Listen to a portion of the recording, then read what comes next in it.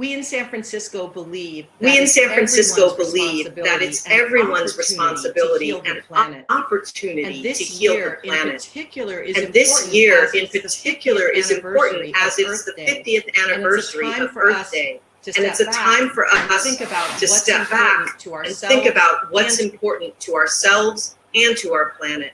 And certainly in this time of great uncertainty and worry with the virus that's hitting us all, it's also an opportunity for us to take a deep look at what we do and our impact on the planet.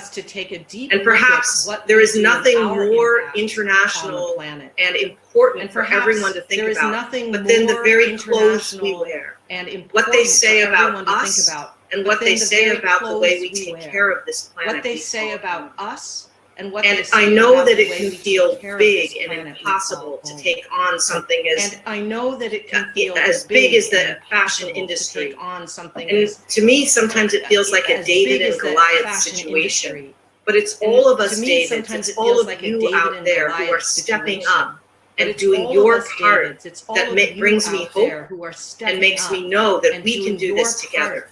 So a city like San Francisco, we believe that it is our responsibility to take action, whether it's in the uniforms we buy to minimize the use of toxic chemicals, whether it's the way we collect fabric and clothing at the end of its life to give it a new life and a new purpose, or the way we support our entrepreneurs and our businesses who are dedicated to a sustainable fashion industry.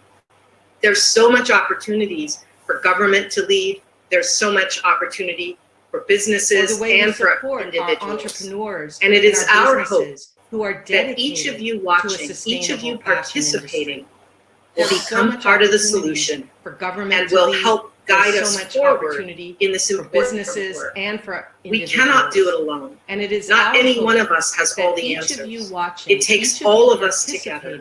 And I'm thrilled that you will be hearing voices from around the world, countries far and near to here in San Francisco, about what they are doing, what entrepreneurs are doing, what designers are doing, what collectors are doing. Every one of us has a role to play. So from the bottom of my heart, from here in San Francisco, I wish you the most wonderful sustainable fashion week, a phenomenal Earth Day, and a year that is healthy and sustainable. Thank you so much. From the bottom of my heart, from here.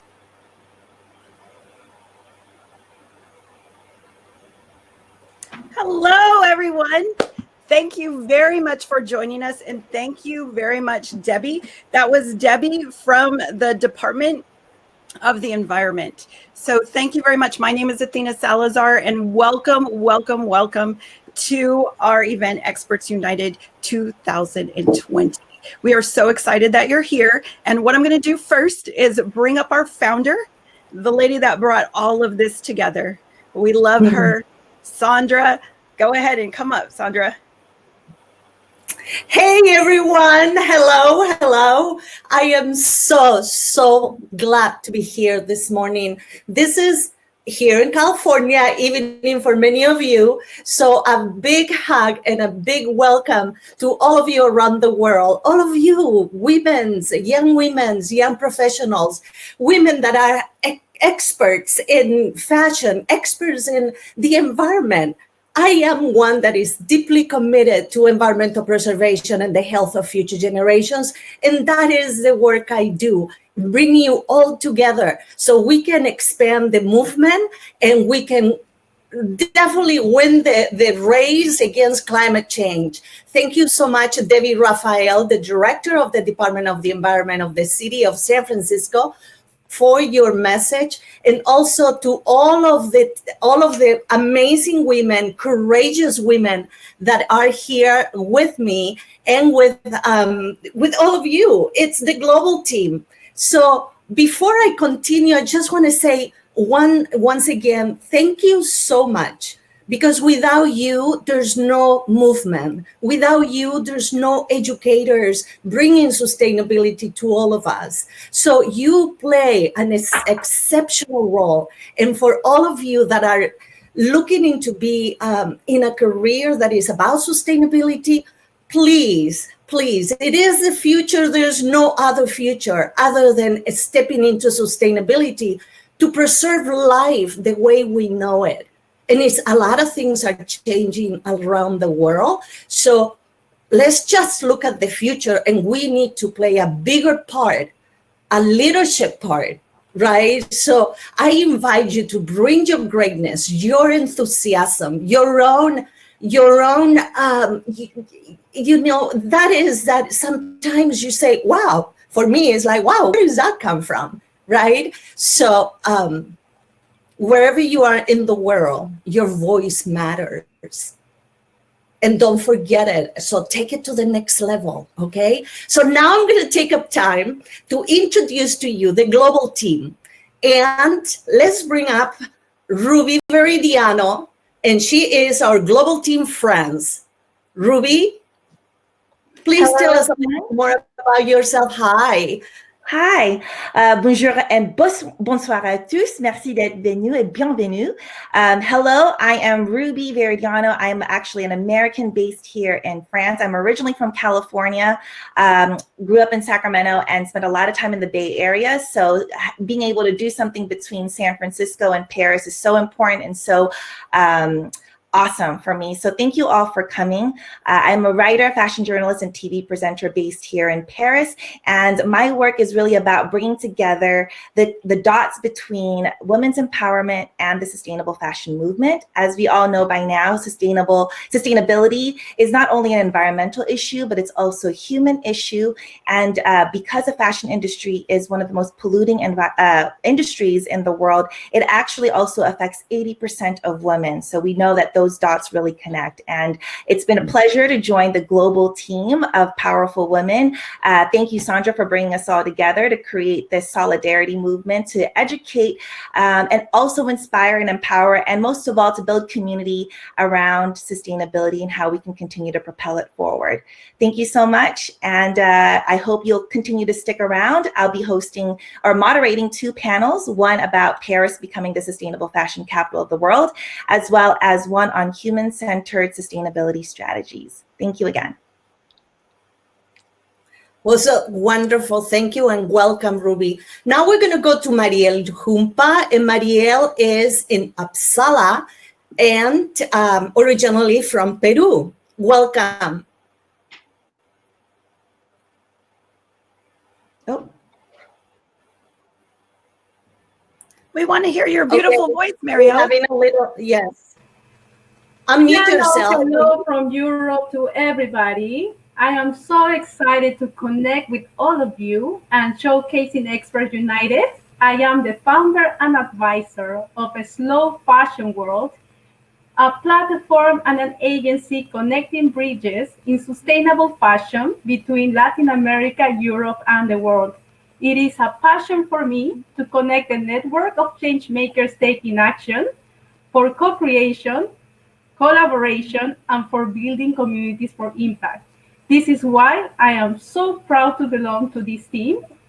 And thank you so much, Sandra, for putting us all together and be able to work for a sustainable fashion future. Let's build up a multicultural community that takes action, and at the same time, it aligns to take action in the Sustainable Development Goals, which I know is the core of this event as well. Thank you very much again. And please stay tuned also for my panel session on activating communities. Thank you, Marielle. Thank you, thank you. So yes, we are all of us on this together.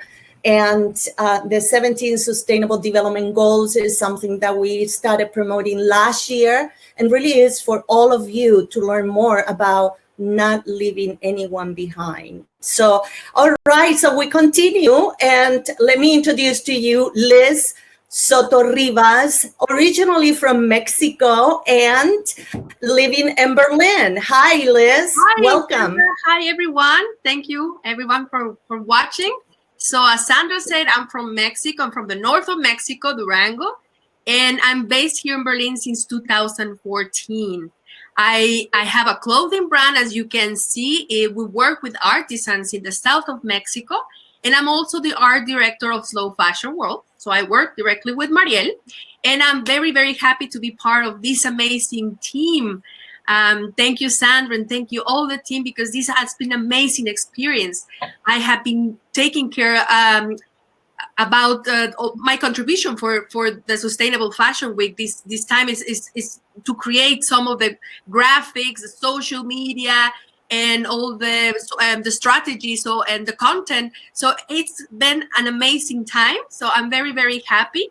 And thank you all for watching. I'll be also part of the panel talk with Mariel. So that's the second panel talk. So please stay with us. Wonderful. Thank you, Liz.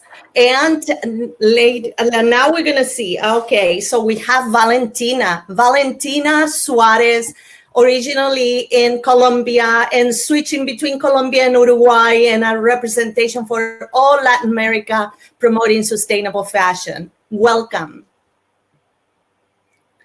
Please unmute yourself. We can't hear you.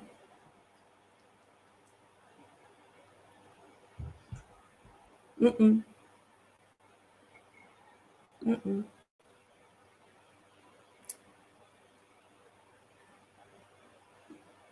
Her microphone was perfectly okay before. So right now we don't have any sound for you. No. Okay, so we'll come back to you, Valentina.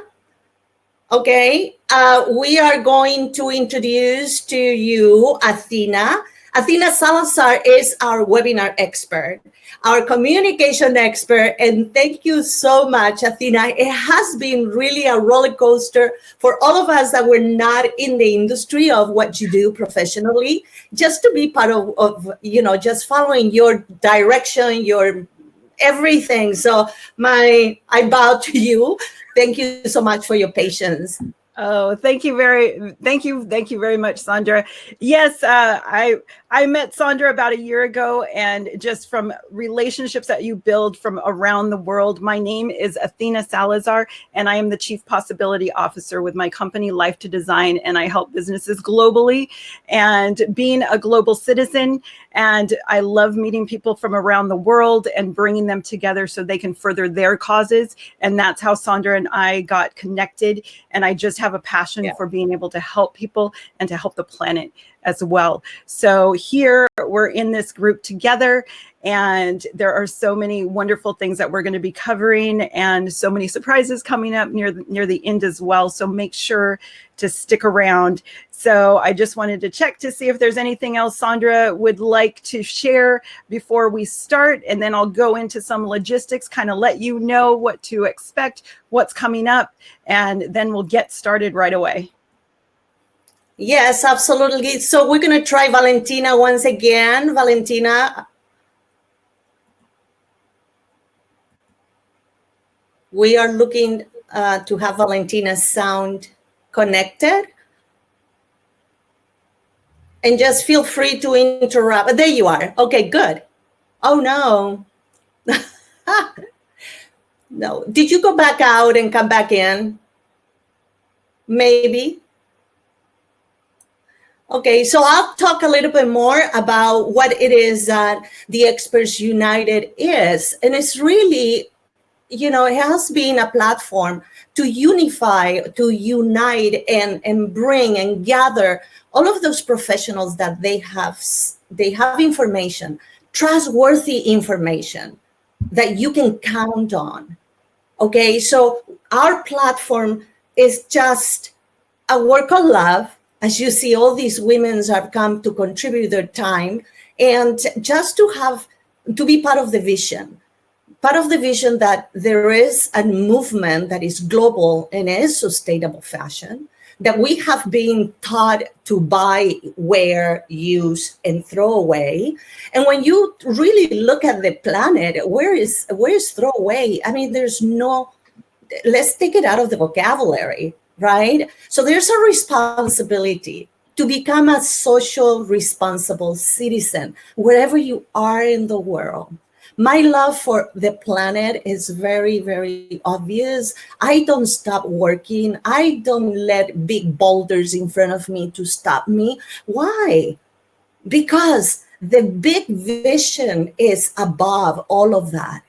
So whatever it is that is in your way, that is stopping you, it is just, raise above, because there's work to be done. And those who are working for that purpose, for that bigger picture, they are going to, just like magnet, we are going to come together to resolve the issues. And now the pressing issue is the climate change.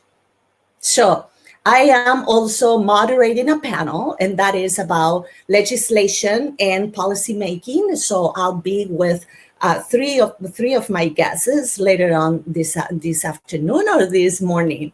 Valentina, do we have you back? I'm here. Can you listen to me? Yes, we can. Fantastic. It's just a matter of technology. So thank you very much, Sandra, for having me. It's been a real pleasure to be working with all of these beautiful ladies all around the world. I'm Valentina Suarez. Hello to everyone here in Latin America as well, and everyone out there that's watching us. I'm really, really proud to be representing Latin America. I'm the director and co-founder of Universo Mola, which is a movement of sustainable Latin fashion. And we are very, very proud to be part of this. I'm bringing all of our knowledge and all of our creativity to these kind of events that connect us all together. We cannot be apart when it comes to sustainability. We need to be working together, and this is exactly why we're here. So thank you very much.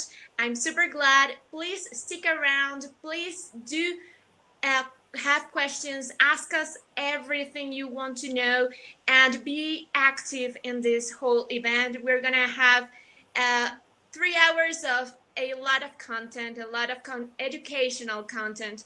So stick to every single one of the panels, and I'll see you later for our panel with Ruby. Wonderful. Thank you so much to all of you ladies that just jump in into that vision. And today it is the day. Thank you so much. You know what? Everybody, I mean, there's, I'm sorry. I am Sandra Hans. I live in the San Francisco Bay Area and originally from Santiago, Chile. So un beso y un abrazo a toda mi gente. Okay, so tenemos Chile. We do have Chile on the chat attending. Indonesia. I see Australia, I see London, Argentina, and Mexico, Toronto. So please welcome everybody. And there's so many more. So Athena, let's start it. And thank you again. I bow to you all. Fantastic. Well, thank you very much, Sandra. So yes, I'm just going to give you a little bit of logistics, and then we're going to go into our first panel. So, okay. So if you are attending and all of a sudden we freeze, I just modeled that, but I didn't really do it. So if we freeze, there's a button right above our screen that says reconnect. So go ahead and click that button if you have to, if the video freezes or anything like that, and then it'll refresh and then the video should start up again. So that would be something that you would want to do. So wanted to let you know that. Also, during the panel discussions, and if there's any questions that come to mind, go ahead and you can put those in the chat. So in the chat area, there's an ability to write a question. It could be seen to everyone, or you could click the button and there's a little drop down and you can do it privately where us as presenters would be able to get that information and be able to gain that question. And there's also the ability to click the button to indicate if it's a chat message or if it's a question. So that helps us to identify which ones are questions and which ones are just chat messages that we can take a look at. So we, welcome you to engage today, and any questions. If we are not able to answer your questions here on the live, we do have plans to be able to still answer those questions in another format, and we'll give you that information on how you'll be able to receive your answers for that. So what I'm going to do is in your email that you received, of a reminder, there was the agenda for today. So I'm going to just put up the agenda, and you're welcome to download that. It'll open in another window for you so you know what the lineup is for today. I recommend that you get some water and just go ahead and sit back and relax. And we're going to go ahead and bring up Ruby. We're going to start with a video, and Ruby's going to be talking about Paris and the sustainable fashion capital of the world. So just go ahead and hold on. We're going to bring her. So I'm going to go to video, and I am going to be your MC throughout the time. So again, my name's Athena, and it's great to see everyone here. Thank you very much for attending.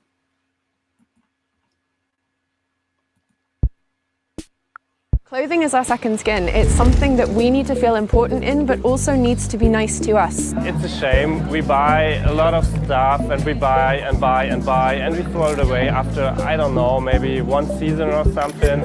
I really believe that we have to talk about consumption. We have to talk about consuming less. Jeder trägt Kleidung. Kleidung ist einfach unumgänglich. And so it's not only personal, but it's also global. You know, we can do something good, and we gotta start somewhere. We are seen as consumers by people who want us to buy things. I would never feel comfortable knowing that someone would die because of a shirt that I'm wearing. And there are still people around the world who don't know what Rana Plaza is. Because we like to consume this cheap shit, to wear it one time and then throw it away.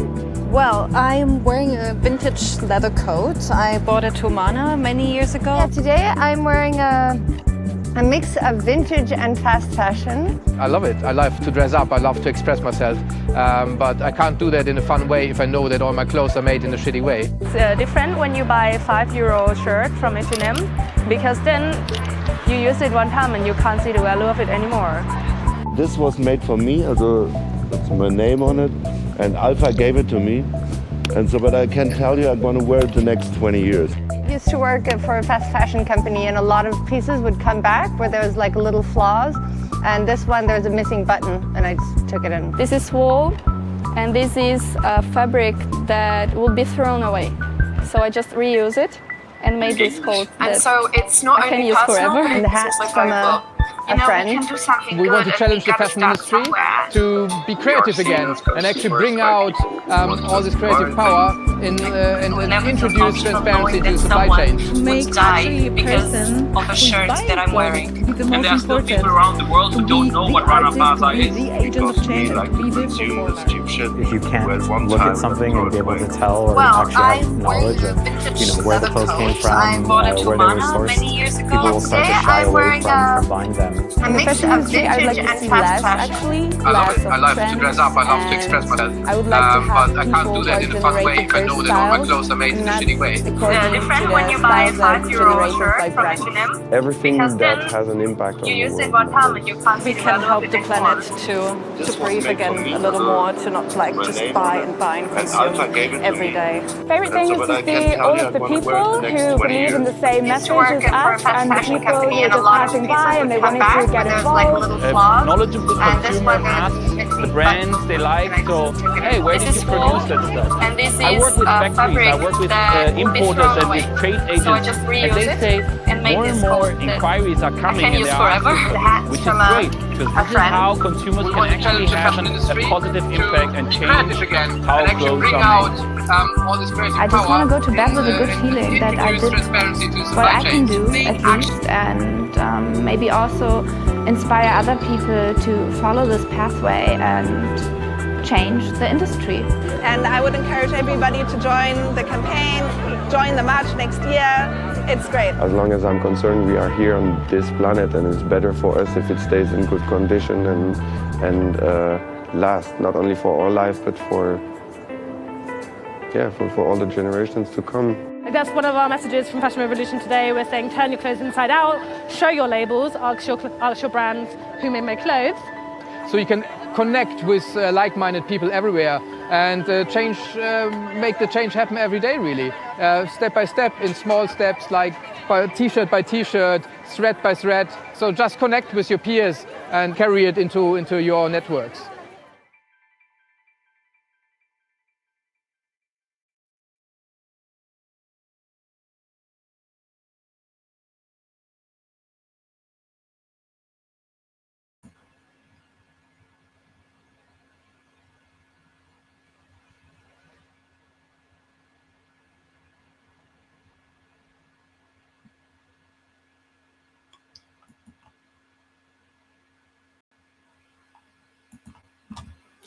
Hello, we are back, and through the magic of technology, we have Ruby here as well as her two presenters or her two panelists. So Ruby, if you want to click on your camera and join us. Here I am. Here she is. All right. So we are going to be doing a panel talk about how Paris is aiming to become the sustainable fashion capital of the world. But before I go into that, I just want to acknowledge the global community that we have. We know that this was supposed to be a live event, but the advantage of having this virtual conference is that we have a global community. I mentioned earlier that I represented, both California and Paris, but I didn't get to mention that I'm born in the Philippines, so I'm representing Philippines as well. And today I have two incredible women. So I want to invite both our panelists, both Catherine and Lamaris on. If you ladies can please go ahead and turn on your cameras and your microphones, please.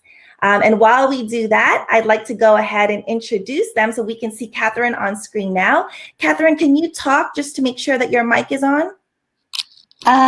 Yes, I hear you. Perfect. Hello from Paris. Yes, wonderful. Let me just bring up our presentation here. Hi, Lamaris. Thank you so much for joining us. I'm going to go ahead and start our slides. So here we go. All right. Okay, so why are we talking about this subject? There's been a goal that Paris wants to become the sustainable fashion capital of the world by the year 2024 in coordination and in alignment with the next Olympics. We know that that's a big feat. There's a lot of incredible cities around the world who are also having a sustainable fashion movement, but historically, the fashion industry in Paris has been very concentrated. A lot of big key fashion brands and players have been in Paris, and also the history of like clothing manufacturing has also been here in this city. So it's an important place to talk about this conversation because it does impact the industry as a whole. Today for our panel, we have Catherine Doriac, representing not only Fashion Revolution France, of which she is the country head, but also she is an editor-in-chief and founder of Humade magazine, a publication that talks about the political, social, environmental impact of fashion. She's also spent a long time, decades, consulting with young fashion designers. So she knows a lot about the industry, and I'm excited to hear what she's going to be able to share with us today. We also have, streaming in from Puerto Rico, Lamaris Lorenzo. She is in Puerto Rico now, but she's also based in Paris. She is the founder and head designer of her own label, Lem Loren. I'll let her tell you more about that later. But she is also a fashion professor for IFA, that I believe that's the International Fashion Academy. Yes, perfect, of France, where she does teach young designers about sustainability. So let's see here that there they are.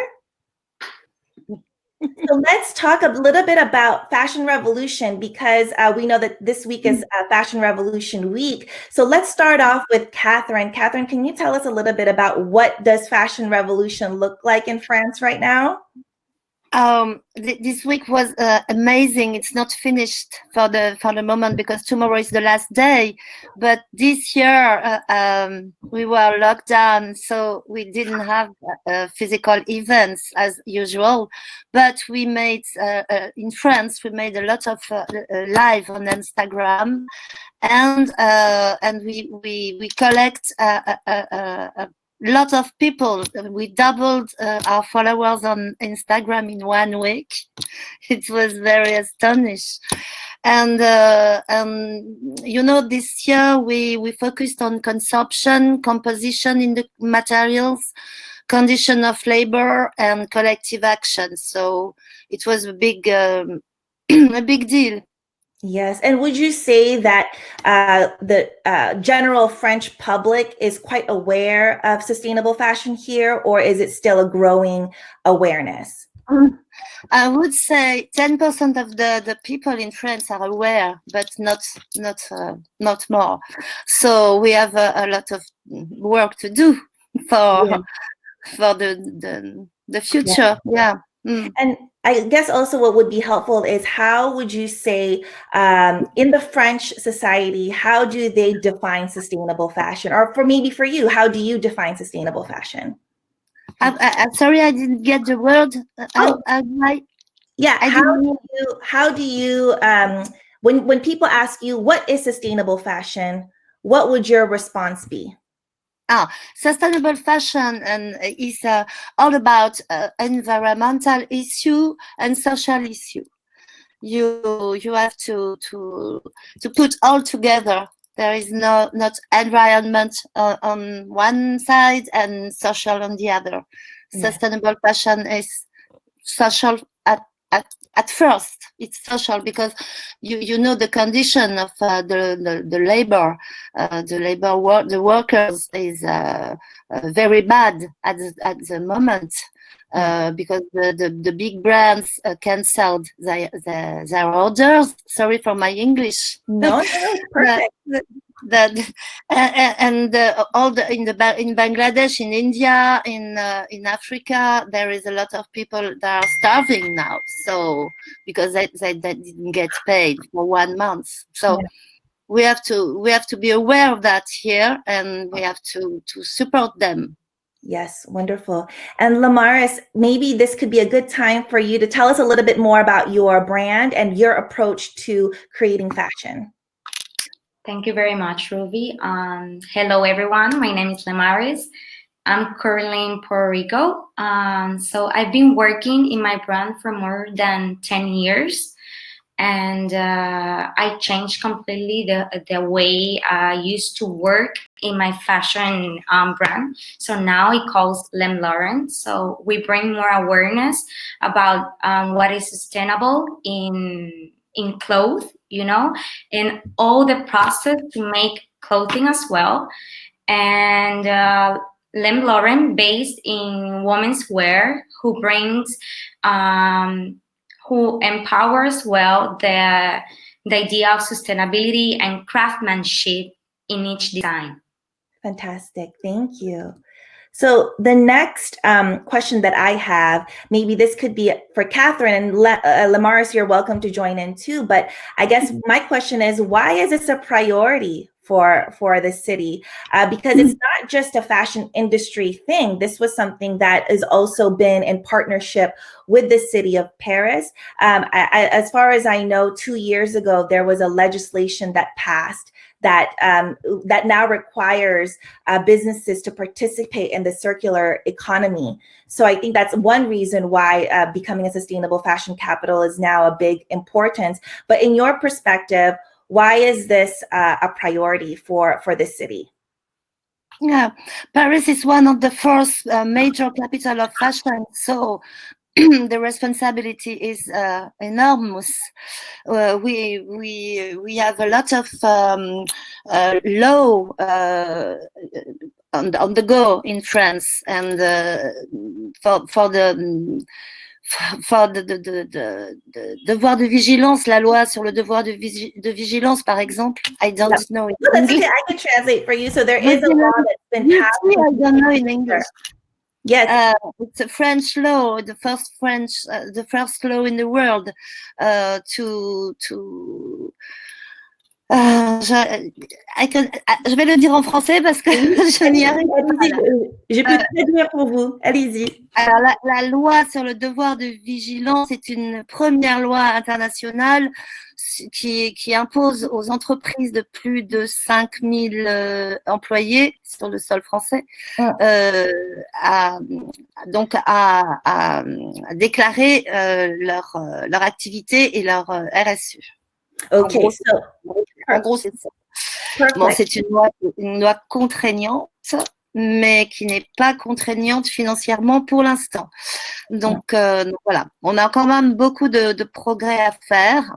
in the other side, you want to translate for the audience? Let me go ahead and translate for the global audience. So as Catherine said, France is one of the first countries to implement this legislation. So that's why policy and legislation is important. So stick around later for Sandra's panel. But this is a legislation that was passed here in France, and it was one of the first countries to do so, which is why now businesses are required to participate in sustainability in some way or shape or form.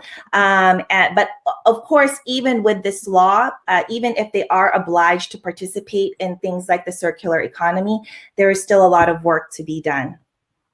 Yeah, yes. So in the other part, the mayor of Paris, Anne Hidalgo, is focusing on sustainable projects for a city. So maybe everybody will go in this path. And we hope we have an organization here which is called Paris Good Fashion. Yes. Yeah. But they are quiet for the moment. I don't. Yeah. Everybody is locked down, so they don't have the mission is very is to develop this sustainable fashion in Paris, but we are locked down, so we still attending. Yeah, so I think you bring up a good point, and that the sustainable fashion movement isn't just limited to the fashion industry. It really has to be a partnership between so many different stakeholders, including our cities, our governments, businesses, and our everyday consumers. So I think that is a good point to be had, because when you are a city and you want to become a sustainable city, you need to collaborate with your governments to create these policies to make sure that everyone is on the same page. So fantastic. Lamaris, I'd love to ask you, with this goal, I know you're in Puerto Rico right now, but you are based in Paris most of the time. Can you tell us about what you're doing personally to contribute to this goal of making Paris a sustainable fashion capital? Great. So currently I'm a fashion professor. I teach textile technology and sustainability for a bachelor program. So basically, my contribute, right, to make a Paris sustainable fashion capital is to encourage my students, to bring awareness in a sustainable way, in which in my classes, I mix art and fashion, and how we can develop, with sustainable pieces. For example, we have to work of what we have right now. We don't need to buy more stuff. How can we create new garments, new fashion through sustainable process. Also, I encourage to make how to bring innovation through materials, because innovation, it's part of what we need right now. We have to bring innovation in our materials, in our creative process, to bring awareness and to create less impact in social and also in political and because sustainable fashion, it's like Catherine said, it's not just only fashion. We have to create, we have to understand what is sustainability, and we have to understand as well as students, as a fashion leaders, how the fashion industry works to make more awareness through innovations. So basically, this is my, this is one of the part that I bring to my students. Great. Yeah. And actually that brings us to the next question that I'd love for both of you to answer, but maybe Catherine can begin this time. Because Catherine, you have also advised many designers in their careers. What do you think the next generation of fashion designers and professionals need to know in order to change the industry, to make it more sustainable? Maybe you could also address new careers that this priority of sustainability can now bring, because, you know, now maybe before there was demand for more fashion PR, fashion merchandising, but now maybe there's new room for different types of career related to sustainability. So what would you tell the next generation? Oh, the next generations, they know what they want. I think they want a better world, and that's not the world we are giving to them now. So I think yes, you say new métier. Yes. métier. New crafts and new careers. Yes, new careers. Sorry, new careers. I think there will be a lot of progress in the zero déchet, zero waste couture with the new 3D modelizing. I know IFA has got a new laboratory in this. I know very well IFA because they are part of Fashion Revolution France. I don't know Les Miss, but we will meet certainly, and I visited this laboratoire, and it's very nice and technological, and this new way of cutting materials in order to evite waste is very important. And I think recycle materials will be very important, and natural fibers also. So new careers we will see. We will see. I hope to see to be astonished. Yes, wonderful. And what about you, Lamaris? I know that you get to see a lot of students, and we're going to be wrapping up soon, but I'd love to just get a last thing from Lamaris. Yeah, fantastic. So basically, I think my mission is not just only as a professor. It's not just only share knowledge. It's about as well to make to make fashion to bring through ourselves our like fashion leaders. We have to be fashion leaders instead of just only sharing knowledge, because we have to create conscious and responsible about our actions.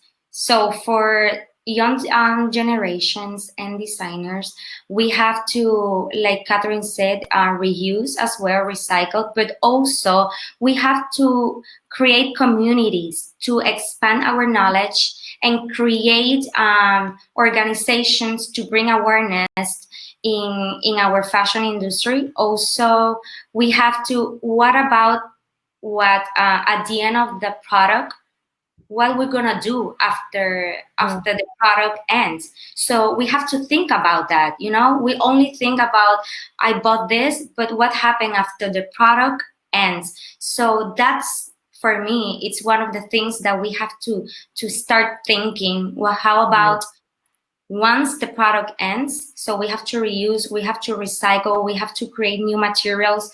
Also, we have to create community. We have to bond our knowledge with other people to connect. And that's how we have to do. And also, it's a lot of things that we have to do, but we are on the way. The thing is that we can't stop. Yeah, fantastic. I wanted to say one more thing.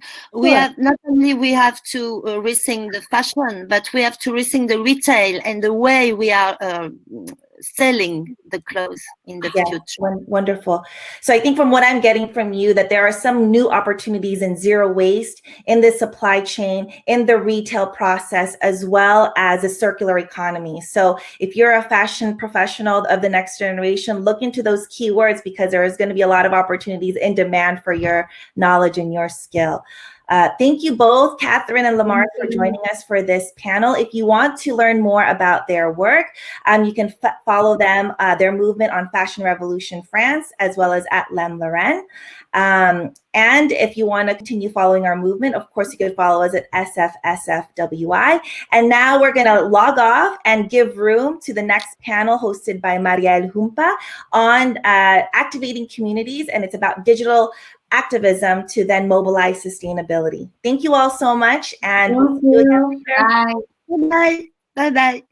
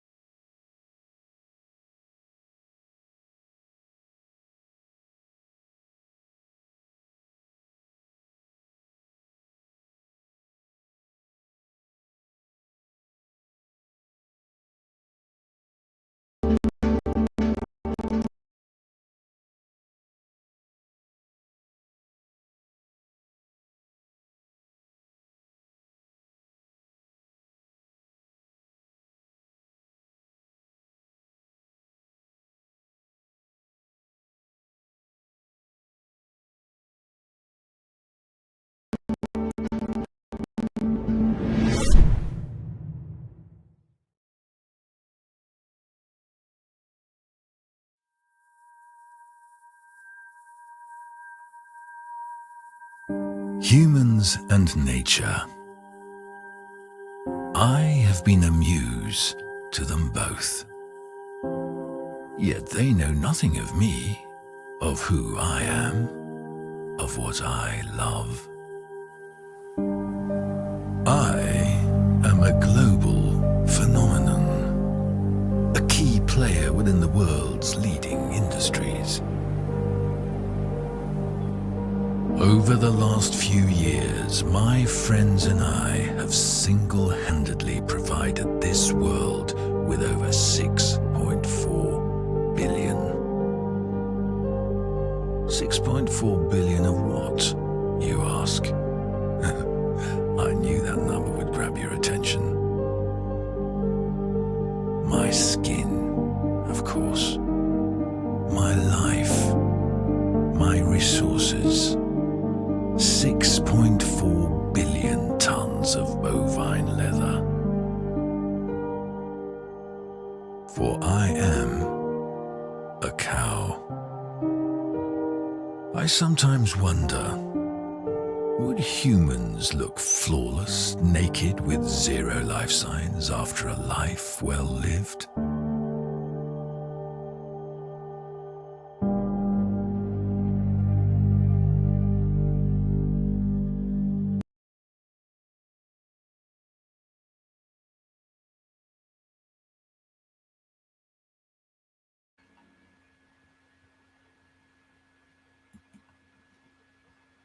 Hello, we are back. Thank you very much for sticking around. We're coming up to our panel number 2, and Marielle is going to be hosting that. So everybody can go ahead and turn their cameras on and their microphones and say hey, so we can hear you. Hello, hello. Hi, everyone. Yes, fantastic. So take it away, Marielle. Thank you so much. So hello, everybody, and welcome to the second panel session of Activating Communities. We're going to talk about digital activism to mobilize sustainability with all these wonderful change makers. But first, let me introduce them. Sika Schmitz, she is a writer, a speaker, and a stylist. And she's an activist in sustainable fashion. We're tuning in from LA, California, right, Sika? Actually, it's outside Seattle, but yeah, West Coast. Okay, that's what we wanted to make sure. She's combining mind, body, and closet and bringing a holistic approach for living mindfully. You are the founder of Beat and Real, and also a mindful living community and creator of Impact Fashion Show. She's been featured in different magazines, the Style Journal, Build a Magazine, and The Good Trade. I also would like to invite over Kim Gerlache from Europe. She's connecting from Berlin, and she's been working in sustainable fashion, starting with a blog about connecting people with style and fashion, and now she is part of a conscious sustainable fashion consultancy called Sun and Rise, blending sustainability and fashion in an aesthetically pleasing and daring way, which I love. And now we're going to go to Sweden with Josephine Liljevis. Josephine is an impact fashion tech designer, and she is also the founder of Responsible Systems. She works everything around improving animal protection and creating awareness around the subject and traceability. And she has been featured recently in Forbes. Congratulations, Josephine. And she is a footwear designer who has exhibited national and international as a painter and as well as a designer in stages such as Neonit. And last but not least, we have Lisette Soto-Rivas connecting from Berlin. And she is the founder from Bohetnica, an ethical brand that she will tell us a little bit more. She manufactures with Mexican artisans, and she works with more than 200 artisans group in the south of Mexico. Liz is also a digital marketing strategist, and she is the art director of Slow Fashion World. So welcome, everybody, and let's get started with the first question. I don't see the presentation because I should be having it, so let's see. We activate the presentation now. Start. Excellent. So I would like to ask the first question of how, in the case of activating citizenship at this moment during the current confinement, how is Lisette Soto connecting and inviting citizens to take an active part in sustainability? Well, basically, we do two ways to raise this awareness, no? The first one, I think, is through virtual education or online education, which is basically our own storytelling, and offline with events and experiences, for example, with Slow Fashion World. So through digital and social media platforms, we try to educate our consumers to acknowledge and appreciate all the work that is behind the production, no? In this case, with us, because we work with artisans in Mexico. So I think we are always looking to share traditions. We're always trying to people to know what the story behind the clothes is, and of course the story of each indigenous community that in the south of Mexico. And well, so we provide this storytelling, connecting our culture and informing our citizens or consumers or friends, that when they are investing in this kind of clothing, artisanal clothing, they are also investing in culture. So of course we are a clothing brand and we want to sell, but more than that, we are always trying to provide a value through our clothes, and of course a preservation of my artisan Mexican culture. That's interesting. So when talking about education with you, Josephine, how do you invite from your end citizens to take an active part in sustainability for animal protection? Well, I would say it correlates much with what we recently talked about when it comes to education and storytelling. But I say one thing we do with our footwear, which is our first product, is that we put a traceable code on the products. And when the client has actually received the products, they can decode this one, and then they figure out which animals are behind it. So they basically get a virtual tour back to the farms, and they can learn about the farms and the farmers and their ideas around sustainability. So we're always trying to kind of invite them into what we believe is sustainability. And I think it's something that's super crucial, is that each and every person or brand, they need to define what is sustainability for me. And this is what sustainability is for us. And you're connecting your values exactly with sustainability, storytelling to your digital platform. And in such case, I want to invite Kim in this aspect. As a digital activist, you have inspired so many people through social media and everything. And I want to know from this point, now stepping a little bit from a brand as an activist, how do you invite citizens to take an active part in sustainability? We don't hear you, Kim. Turn on your audio. Apologies, can you hear me? Now we do. Perfect. I see whatever I'm doing for individuals just to be a connector of things, because to me activism is slow, is fast, is immediate. We can be activists out in the real world. We can be activists digitally, what we're talking about today. It can be thoughtful, it can be written, and basically I'm doing, well, aesthetic things for myself. That's what I figured out, but I'm presenting a lot of different opportunities on my social media. So you as an individual jump in to whatever activism speaks to you. So I'm basically sharing information of whatever suits you intuitively in order to use your voice.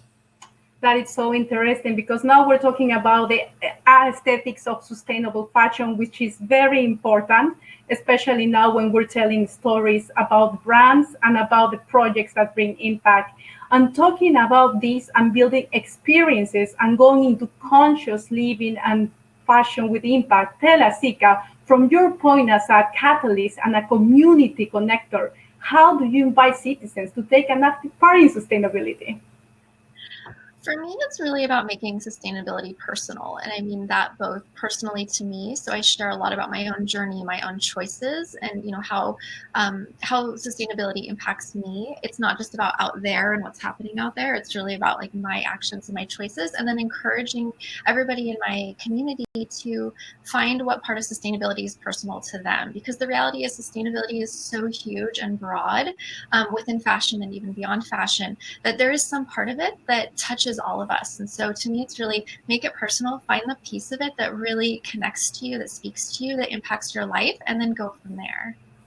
That is so true. So we're going from inwards to outwards. And in order to build the stories, take sustainability from your values and connect also with the type of your personality and spread it out, especially at this moment, inviting them to connect with their own perspective. So this is great. Let's go to the next question then.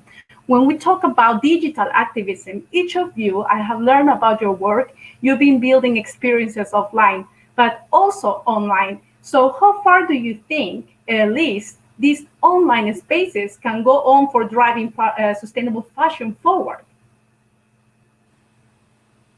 Audio, please. Sorry. It always happens to everybody. Yeah. Okay, so I think the first thing, I mean, I'm talking now about me as a art director of Slow Fashion World. I think the first thing we do is co-create with like-minded change makers as an agency. And well, that help us to reach more experiences, to help to promote new ideas and maximize great projects, you know, doing a positive impact in fashion. So I think it's really worthwhile to continue driving all these virtual spaces as we have done, have been doing this since 2017. When I met you, Marielle, for example, we actually made through before it was Neonit, it was Ethical Sustainable Fashion Week. So, you know, because of more of the 70% of the experiences we're doing in Slow Fashion World has been done under digital connection. So I think that's very, very important. And we can confirm that actually this is under digital connection. You see, it's amazing what we're doing. So yeah, so basically we need to collaborate, to co-create and think as a community for impact. And that's what we're doing, you, Marielle, Susana, and all the team, and me in Slow Fashion World. That is great. So we're thinking about still feeling as a community that need to gather together under the same objective. So Kim, how do you do it when with your work with Neonit and working with Mimicry and working with those amazing organizations that are leading sustainable fashion forward? Yeah, so what happens is that twice a year at Neonit, the global hub, we are bringing influencers, activists, people of media together into the real world, and then face-to-face meeting. This is only happening twice a year, and throughout the year we are still active in whatever activism and shape we're doing it. And to like also answer the question of how far can digital activism go, in Germany we've been able to actually change legislations. This was outside sustainable fashion, but the taxations on period products was lowered to 7%, which is also the one for medicine and basic food supplies, because we saw like period products should be accessible the way medicine is as well. And it just took people to sign a petition within 30 seconds online, and all of a sudden we're able to change governments. So I think this is the power of us connecting here as well. And there's a petition online now, it's called Fair by Law, in order to make German companies comply with what's happening in their supply chain. And that's like pure raw activism right there to me. That's incredible. And connect this type of raw activism. I go with the pioneer for animal protection. Josephine, tell us, how far do you think online spaces can go in driving sustainable fashion forward for you? Well, I don't think there are any, end to how long we actually can take digital activism and sustainability. For example, if we just take something that maybe not sustainable, but like TikTok, that grew very quickly, and it's something that everyone is involved with. And I think something when it comes to communities, that's very important, since everyone is currently, due to COVID-19, we need to, stay at home, we need to stay safe. We're becoming more digital. So we're meeting people digitally in different ways than just a couple of months ago.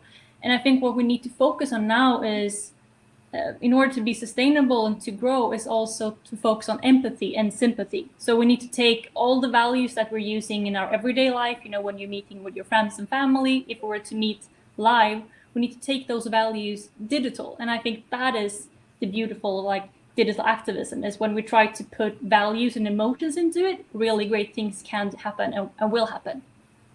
Empathy and sympathy, that is so beautiful. Sika, from your end, being a yoga teacher, working with mindful communities for action, how far do you think those online spaces can drive sustainability itself forward? I think we're so fortunate to live in a time, where we're so connected through the internet. I think it's such an amazing entry point for people. It's so much easier to send and receive information and to find out about different things.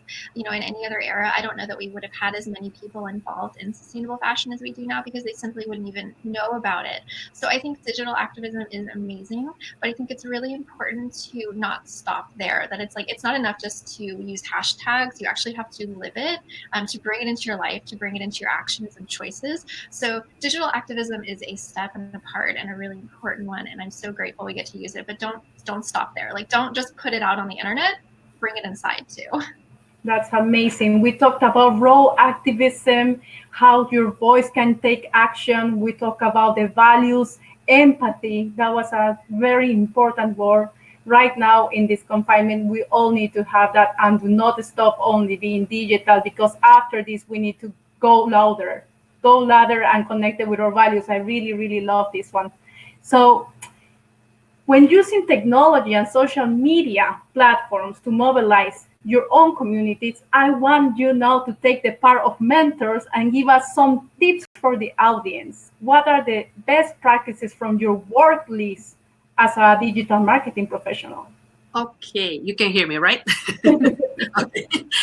So, well, what I can share from my experience is that building communities as an immigrant entrepreneur has helped me to create new collaborations and also experiences. So I developed, communities to unite people, and based on the same interests.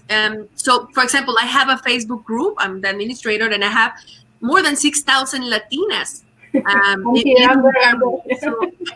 Or for example, I connect also with my embassy, with this, the association, Mexican Germany Association. So all this helps me to understand the needs and desires of our community.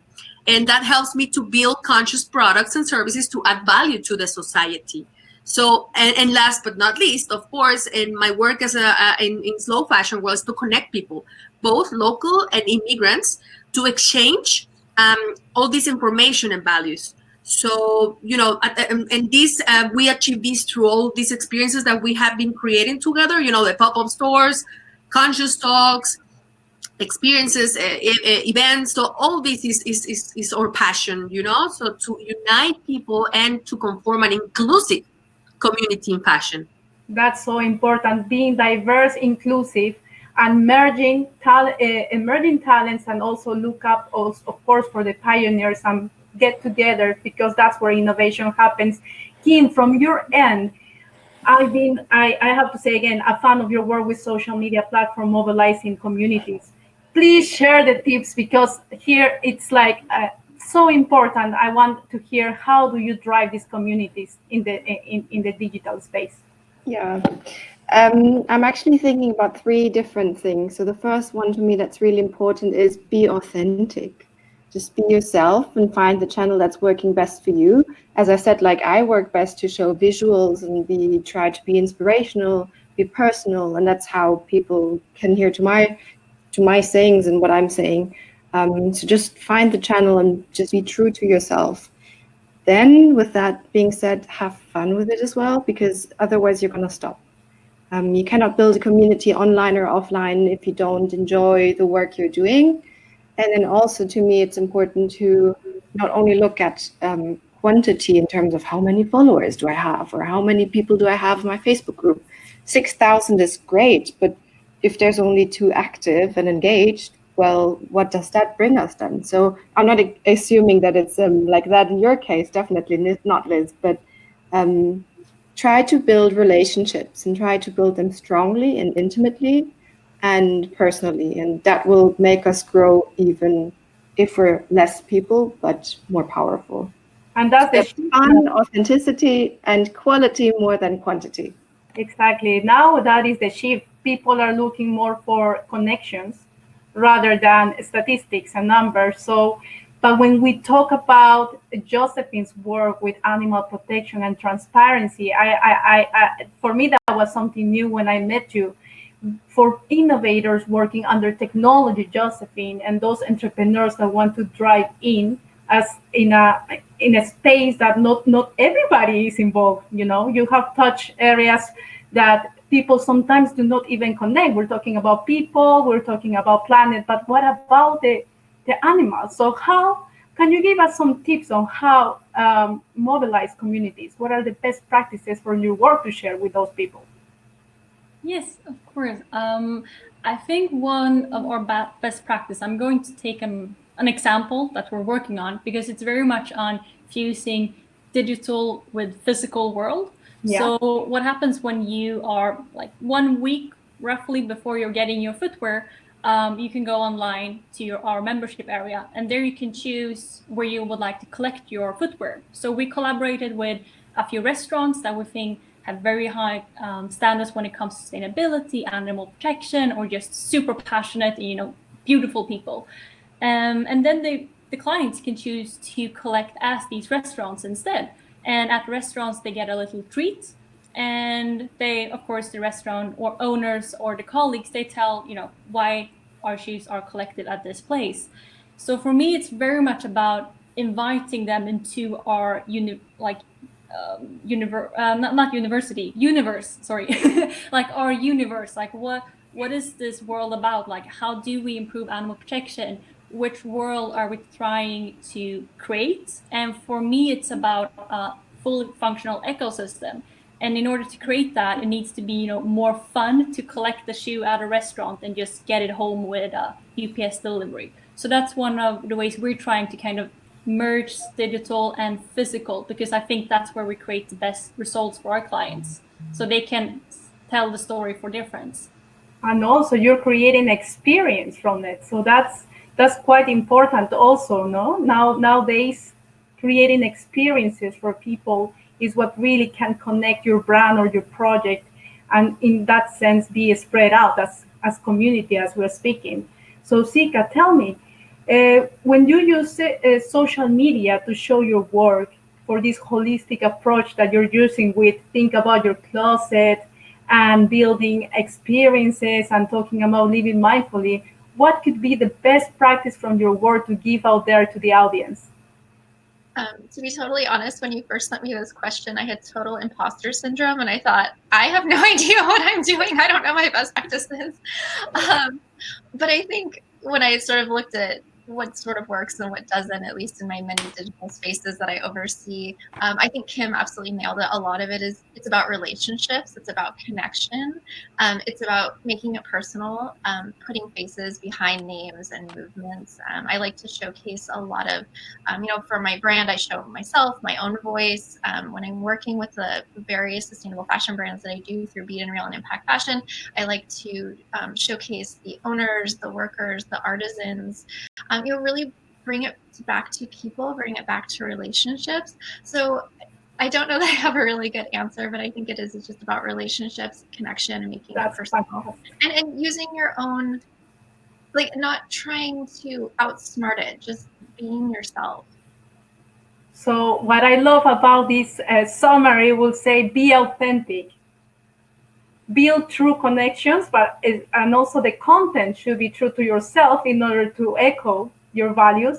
And last but not least, it's all about the quality, but not the quantity. So be proud of the people that are following you, and always check out the people you admire to get some tips, but never lose the essence. Yeah. Okay. Did I miss something before? Just wanted to check. Wow. So, you know that this Experts United 2020 and the San Francisco Sustainable Fashion Week International is truly connected to promote and activate the United Nations Sustainable Development Goals. And for me as well, it's so important to connect, for example, as a community with the Sustainable Development Goals 17, which is building alliances and connecting. In this case, I would like to start with Liz as a brand. How or which of the UN SDGs address with the work you're doing with Bohetnica?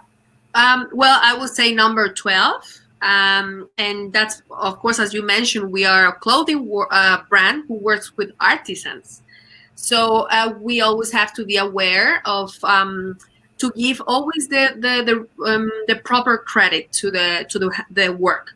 It's a very important key for us, and we love highlighting always the work and the culture, right? So I think that will be the number one. I mean, the number 12, but the number one thing that we're always trying to focus on this. And of course, it's always important for us to use sustainable materials and to provide, of course, a fair trade and all these things behind, like what a sustainable fashion brand does with their artisans.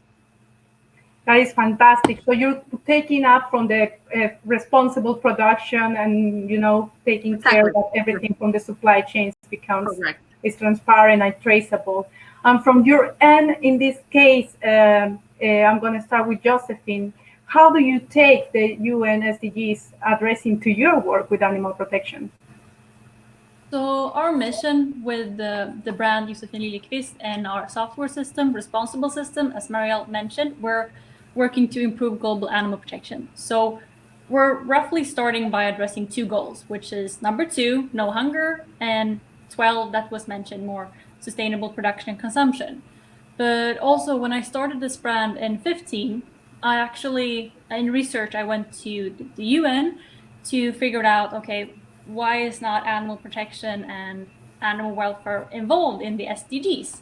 And after quite a lot of research, I figured out that, okay, well, animal protection is not highlighted. So something that we're working on as a project is actually an 18th goal to say that it's impossible to reach a functional and sustainable world if we do not involve animal protection and animal welfare as a key to a functional planet. So yeah, we're working on 2, but we're also working on 1 that could kind of link into all the other 17. And what kind of action you have been taking for implementing this 18? I saw some activities you did in Sweden. Did you go to the legislation and request some initiative? Tell us more about that. Well, that was 18. I was invited to the Swedish Parliament, but and that was because in order to create these goals, we need to have a more transparent way of showing data, because we want to basically create a new price model for industrial farming that rewards kindness. And in order to reach this one, we needed to have some help from the government. And at that specific time, we got this little award as well, which was beautiful. We got an honorary award for our work in trying to create better laws for the animals. And we also pushed, together with the Swedish Commerce, we created a new standard for Sweden on how to think when basically you're purchasing leather or animal productions. And together with Textile Exchange, we're working on a global one for bovine creatures. That's fantastic. And Kim, in such sense, you can see that we have these brands, these ethical and sustainable brands, and also designers working with these actions moving forward, not only in the design phase, but also taking action, no? Like Josephine is doing, like Liz is doing. Your work is also working with these change makers and amplifying their voices through design. So I would like to know, how do you connect that with the Sustainable Development Goals in your work?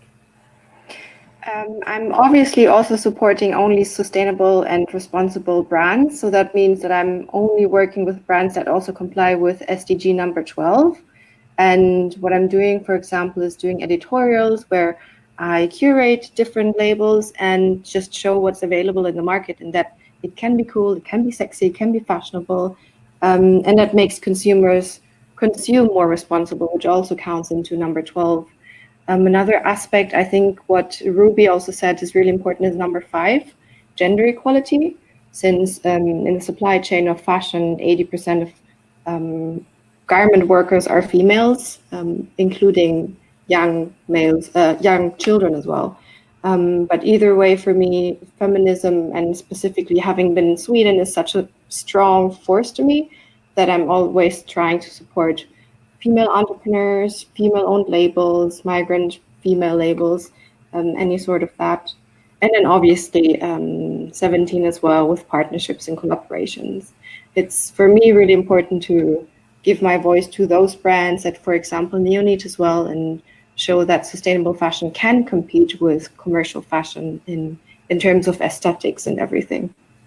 And that is so important. Collaboration right now, community, and at the same time, as you say, be aligned with what you're working with. And number 12 is one of the also main sustainable development goals that we see around in fashion. And in this sense, when we talk with you, Zika, how do you align your work with the sustainable development goals? Yeah, so since I am someone like him, I don't manufacture, I'm not a fashion brand. Instead, I work with sustainable fashion brands, quite a lot of them through my different organizations. And the way I see it, honestly, I think sustainable fashion should be able to hit most of, if not all of the SDGs. I was interviewing Claire, who's the founder of Kingdom, one of the brands that I work with, the other day, and she was telling me how her brand meets, I think, 15 of the goals. And I really think that most of the brands I work with are probably in line with that. I think some of the ones that specifically are important to me that I bring into my organizations are, of course, number one, poverty, and that's through, fair trade, which is a really key component to sustainable fashion in my view. Number 5, gender equality. Women are disproportionately impacted by the fashion industry and its exploitation. So fashion has an amazing opportunity to change that. Number 8, decent work and economic growth. I mean, decent work, it's amazing that doesn't have to be a goal, but especially in fashion, that is a goal. It's not the norm. And so, yes, number 12, as we've discussed, number 17, partnerships. But I really think fashion has the opportunity to encompass all of them. And I'm really fortunate that I get to work with brands who, in one way or another, are doing almost all of it. And this is what is important. Very nice contribution and examples of how you can connect the Sustainable Development Goals to sustainable fashion. Thank you so much for your contribution to each of you, for the change that you're making and the inspiration you are to me, to the communities, and to the world.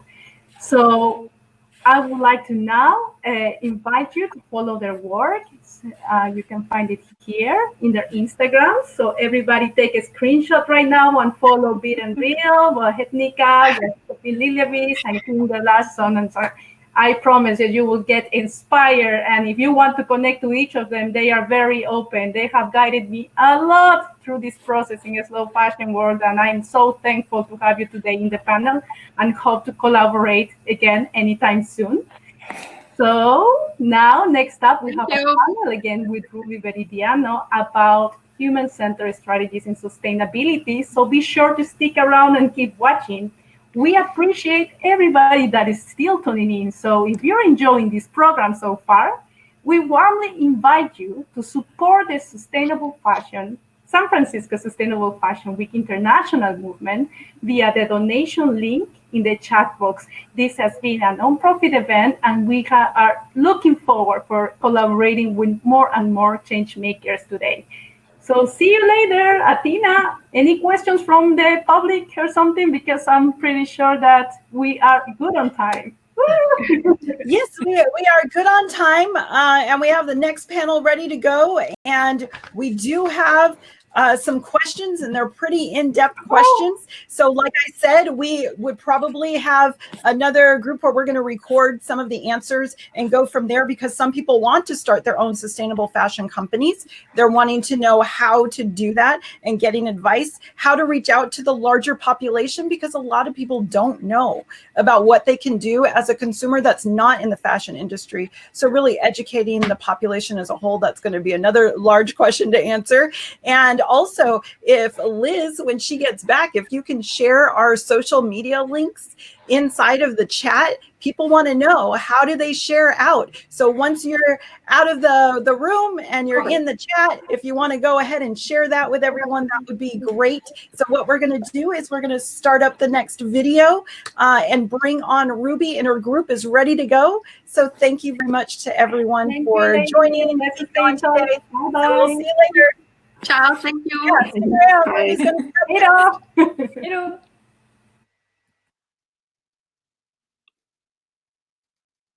Yo al nuevo presidente le diría que voltee a vernos, que hay un sector que ha sido olvidado, que casi, yo creo que ni siquiera sabe que existimos, que fuera y que platicara con nosotras, no con los gerentes, no con los dueños, no con las trabajadoras. Yo les diría a las marcas que se presentaran en las plantas, vieran el ambiente, platicaran con la gente. Yo pienso que a las trabajadoras se les ha utilizado como herramientas de trabajo, y sí, efectivamente se les desecha, porque después de 12, 15 años de trabajo, que es más o menos el promedio en que duran las trabajadoras o que aguantan, los cuerpos de ellas están completamente enfermos, desgastados, con problemáticas de articulación en los dedos, de la columna, del cuello. Yo pienso que el problema principal en la fábrica es de que nos ven simplemente como objetos que producen, no como mujeres, no como madres, no como hermanas, no como hijos. Nos ven simplemente como la mano de obra barata. Lamentablemente la maquila está muy devalorada. El tan solo decir trabaja como costurera no le dan la misma importancia. El cansancio, a veces enfermedades o el que tengas que dejar a tu familia, pues no lo ve la persona que usa una prenda, aunque que el precio que pagan no incluye toda la explotación que le hacen a las mujeres, que el costo que pagan para adquirirlas no es el costo del trabajo de las mujeres que elaboran esas prendas. Si al presidente, a la Secretaría del Trabajo y a las marcas internacionales les interesa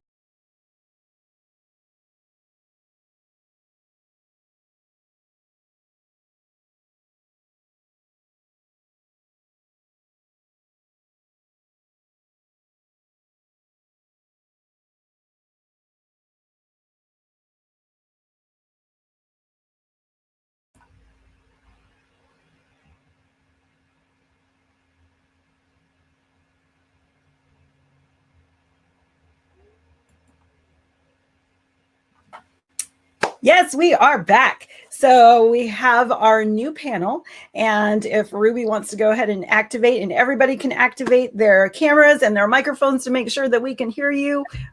All right, fantastic. Got one more, and turn it over to Ruby. So there you go, Ruby. Well, I am so excited to have this panel because I'm a fan of every single person that's in this group right now. So ladies, welcome.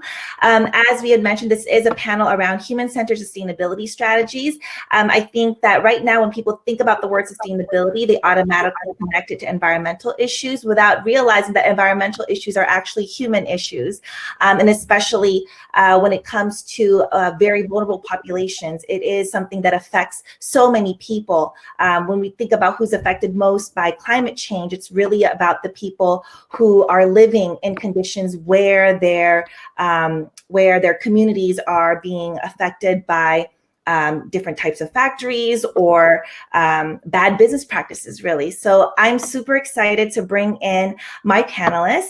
We'll start with Sam Hartsock, who is representing in San Francisco. She is not only the Director of Education at Remake, a nonprofit that is using fashion as a force for good, but she's also the co-founder of QB Consulting, which is a purpose-driven strategy and communications firm that consults Fortune 500 companies, nonprofit organizations, and communities on how to build better ways to report ESG and communicate their ESG commitments. So welcome, Sam. Thank you so much.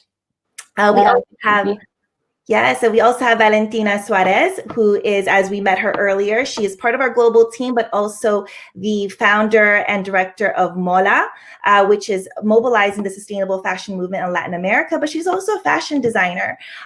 So it's great to have her expertise and her voice here. We also have Faduma Aden tuning in from Sweden by way of Somalia. She is the founder of Kuntilier, which is an agency that is really built around helping businesses create more inclusive strategies. So whether you're developing a product or a service, she wants to make sure that you're designing with communities of color in mind so that you are able to reach wider communities with your product or service. Last but not least, we have Saloni Shrestha. She is the founder and design head of Agati, a women's sustainable lifestyle brand. She creates beautiful dresses. One day I want to wear one of her dresses, but she's been trained in some of New York's leading design houses, as well as created a label of her own in Singapore. But she is also hails from the Himalayas, and she grew up appreciating and embracing local craftsmanship and the work of artisans, which translates to her work today. So let me just pull up our slides here so that we can go on to our first question. 1 second here. Oop. Okay, 1 second. Thank you all for your patience. This platform is still new for all of us, so let's see. Up. Okay, here we are. There we go. Wonderful. All right. So human-centered sustainability.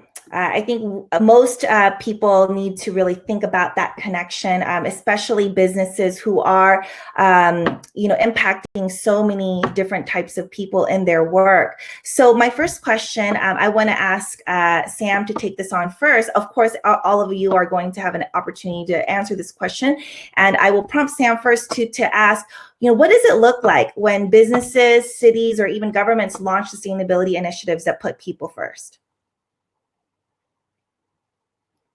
Oh, Sam, your sound is not on. How about now? Perfect. Good? Perfect. Okay.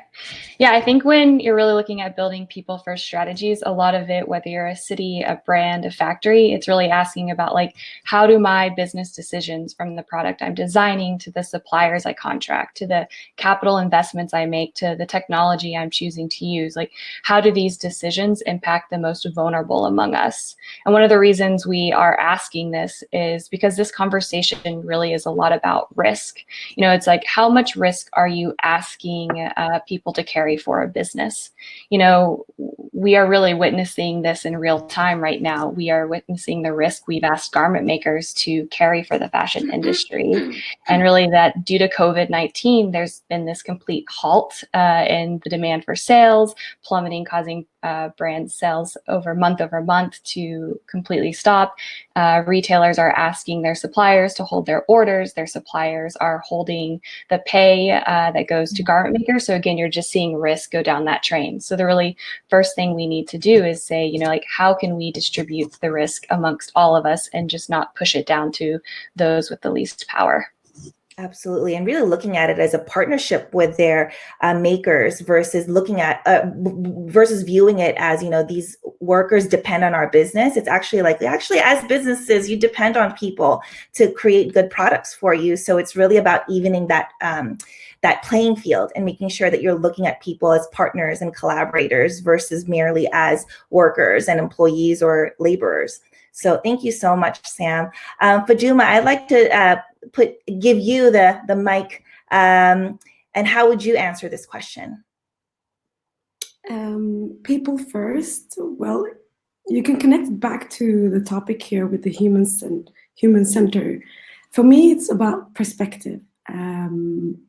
If we look at beyond fashion, because I usually work with different industries, fashion being one, but one great example from Sweden here is a municipality that decided to involve young girls in the development of the urban environment that they live in. Usually the urban planning is done by, it's mostly male dominated, but this time they allowed or engaged young girls in their environment. And through Minecraft, the young girls created an environment that they want to be in, and this will be taken in now in their surrounding. And they created spaces where they feel safe. They created safe places where they think even grandmothers could be in. And so young girls have different perspectives, and for me that's a great example beyond fashion on how a city can be created with involving different people. I mean, societies, you have diversity within society, and young girls are part of it. So putting different perspectives in, as well within businesses, you could say that it is very important to get different perspectives in. Whenever, for example, we see an advertisement that has large representation, we should think that it shouldn't stop within the PR and the advertisement that we see, but the actual representation should be also represented internally within the structures, the hiring systems, as well as in top leadership position where the perspective is even more important. So for me, it ties back to perspective. Yeah, so I think it's about also including diverse voices in the decision-making process so that people can really understand how this product or service is not only going to affect a certain population, but the entire population. Thank you so much, Faduma. Okay, I'd like to go ahead and toss this question over to Saloni. How would you approach this question?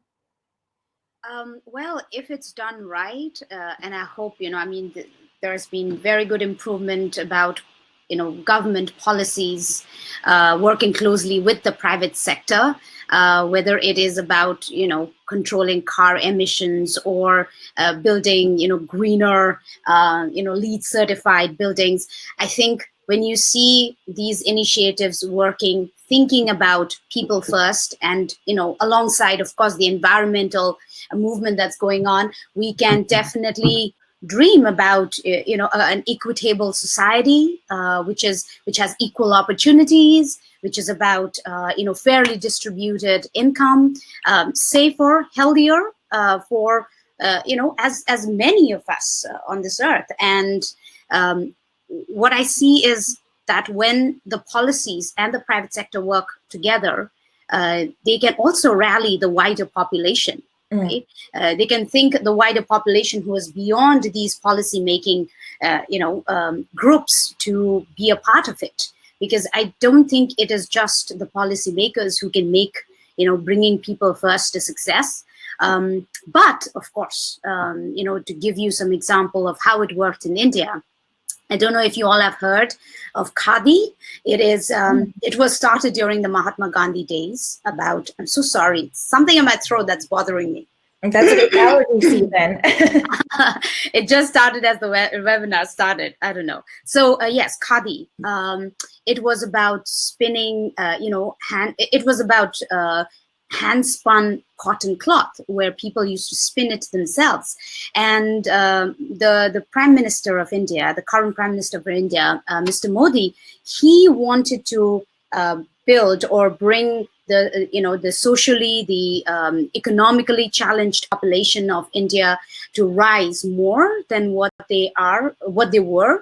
And after 26 years, when he encouraged the hand spinning of cotton cloth to be a priority, it changed not just for the weavers, who were facing very challenging economic times, but also it was carried over by celebrities promoting it. It was by designers, using hand-spun cloth in their collections, and then that finally reaches the consumers. So that movement from policies to the wider population was an immense movement. Another one that I read was about the whales in UK. This is amazing. They have an act for the preborn humans that act actually has development plans for the future generation, and how things would be better for them when they actually come into this world.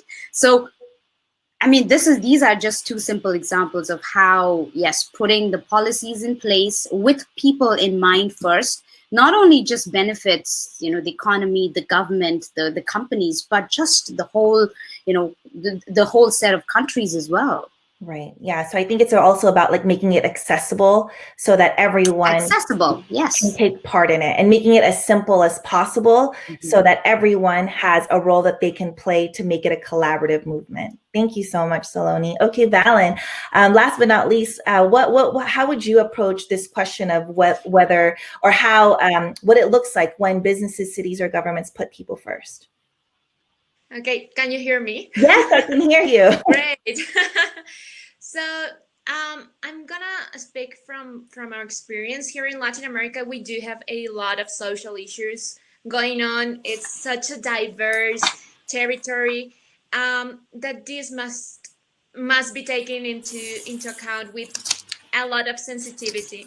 So my first answer would be we must make fashion personal, and we must be careful. So we have all these governments and all these businesses and all of these cities taking decisions without even knowing what people actually need. Absolutely. And without even taking their voices into account. And that's very, very time wasting, very unequal, very I don't know, I really get upset when I see these things, because there, of course, here in Latin America, we do receive a lot of funds from a lot of places, Europe, United States, and for businesses and governments to implement initiatives in terms of sustainability. But the majority of those projects are based on what they think that we need. And that there's a real huge problem, because of course we do have, I mean, it's amazing how many issues we have in terms of our societies. And from Mexico to Argentina, there are a lot. So we do have to take this very with a lot of delicate treatment, and not only doing it because the rest of the world is doing it, but actually because we do believe in those initiatives. I find it very hard sometimes to see initiatives that go because, yeah, we're very good and we're doing this and we're saving lives, and then you go and talk to the people that are actually involved, and they're saying, no, this is not what we were thinking, this is not right, what this is not what we needed. Exactly. Yeah. I don't know, it looks pretty right on the billboard, but actually there's nothing happening, there's no impact. And that's also based upon this idea that there's like two ideas. The first one, we do good when we have this social project, so we are good people, we're good governments, and then there's this other side when we don't know, here in Latin America especially, we don't know what sustainability is still. So, so we have businesses saying, yeah, we're sustainable because we have paper bags for our products. No. Right. How does that affect please the people? Don't do that, because you are spreading a word about misinformation, and it's not that. We really need to be approaching this with seriousness, and of course being more sensitive and listening to what people actually need. Yeah. So I think what I'm hearing from you and from everyone really that's been on the panel is that it's really about implementing design thinking and designing problems or designing solutions for people's problems before assuming that they have the solution already, right? Because I think that's what is missing. A lot of times people think that, oh, I think I know the solution, so I'm going to implement this solution without first listening to the communities that it's going to affect, and then and taking into account their needs, their wants, and then designing the initiative around that. So thank you so much.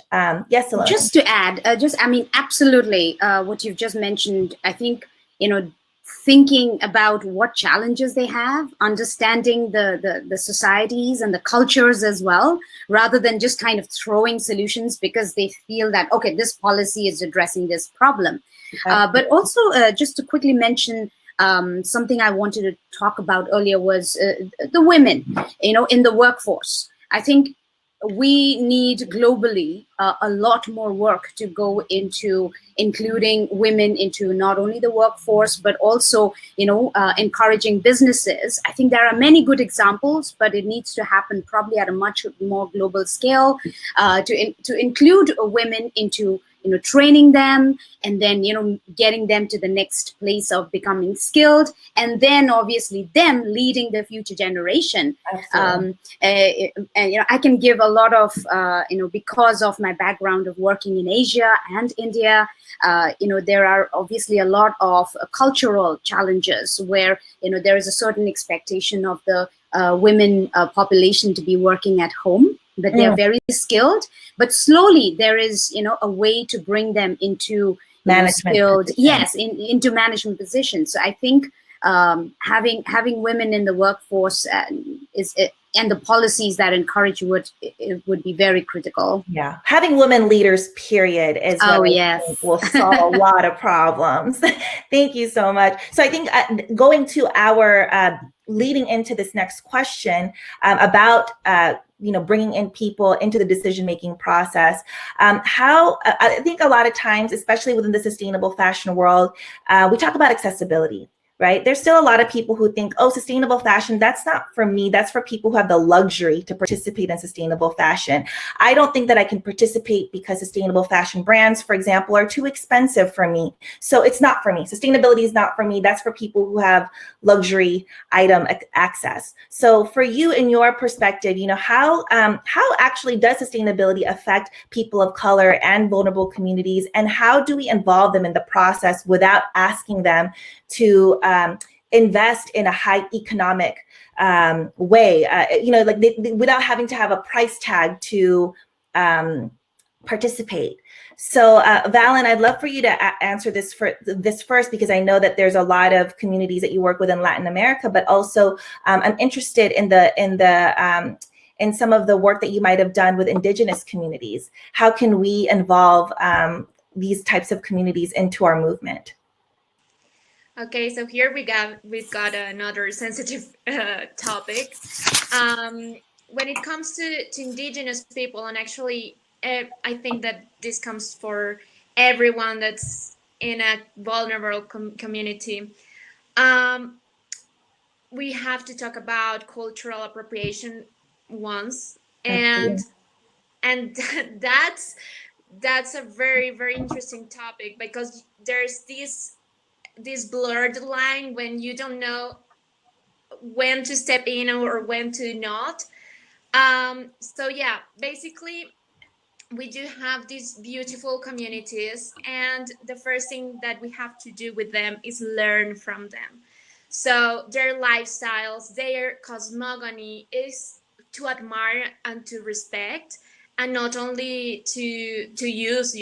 We have to ensure them that we're co-creating with them, Absolutely. and not only taking from them. Yeah, taking from them everything that they believe in, because these indigenous people, they have a lifestyle, and everything is so coherent. Everything is so beautiful that we cannot come in because I really like how you need that bag, and that's it. No, we really have to be so empathic with them.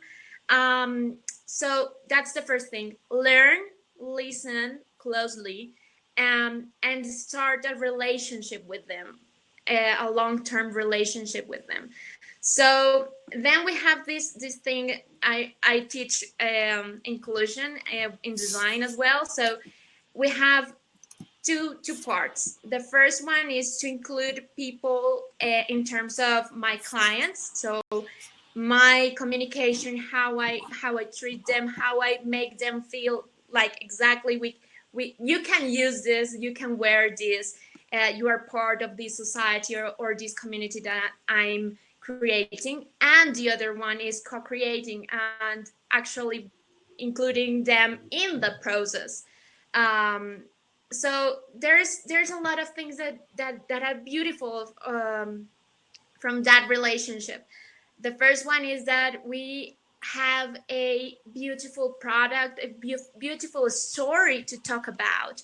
And I think that's amazing. We do have a lot of designers in Universo Mola, which are working closely with artisans, with indigenous people, and they actually go and spend days with them, and they co-create the products, and not they are not saying like, I want this and this and this in this color and this thing. No, they actually create a product out of this relationship, and they spend days there and absolutely disconnected from the world, and come out with this, and you really feel that they're doing it with transparency, which is main topic.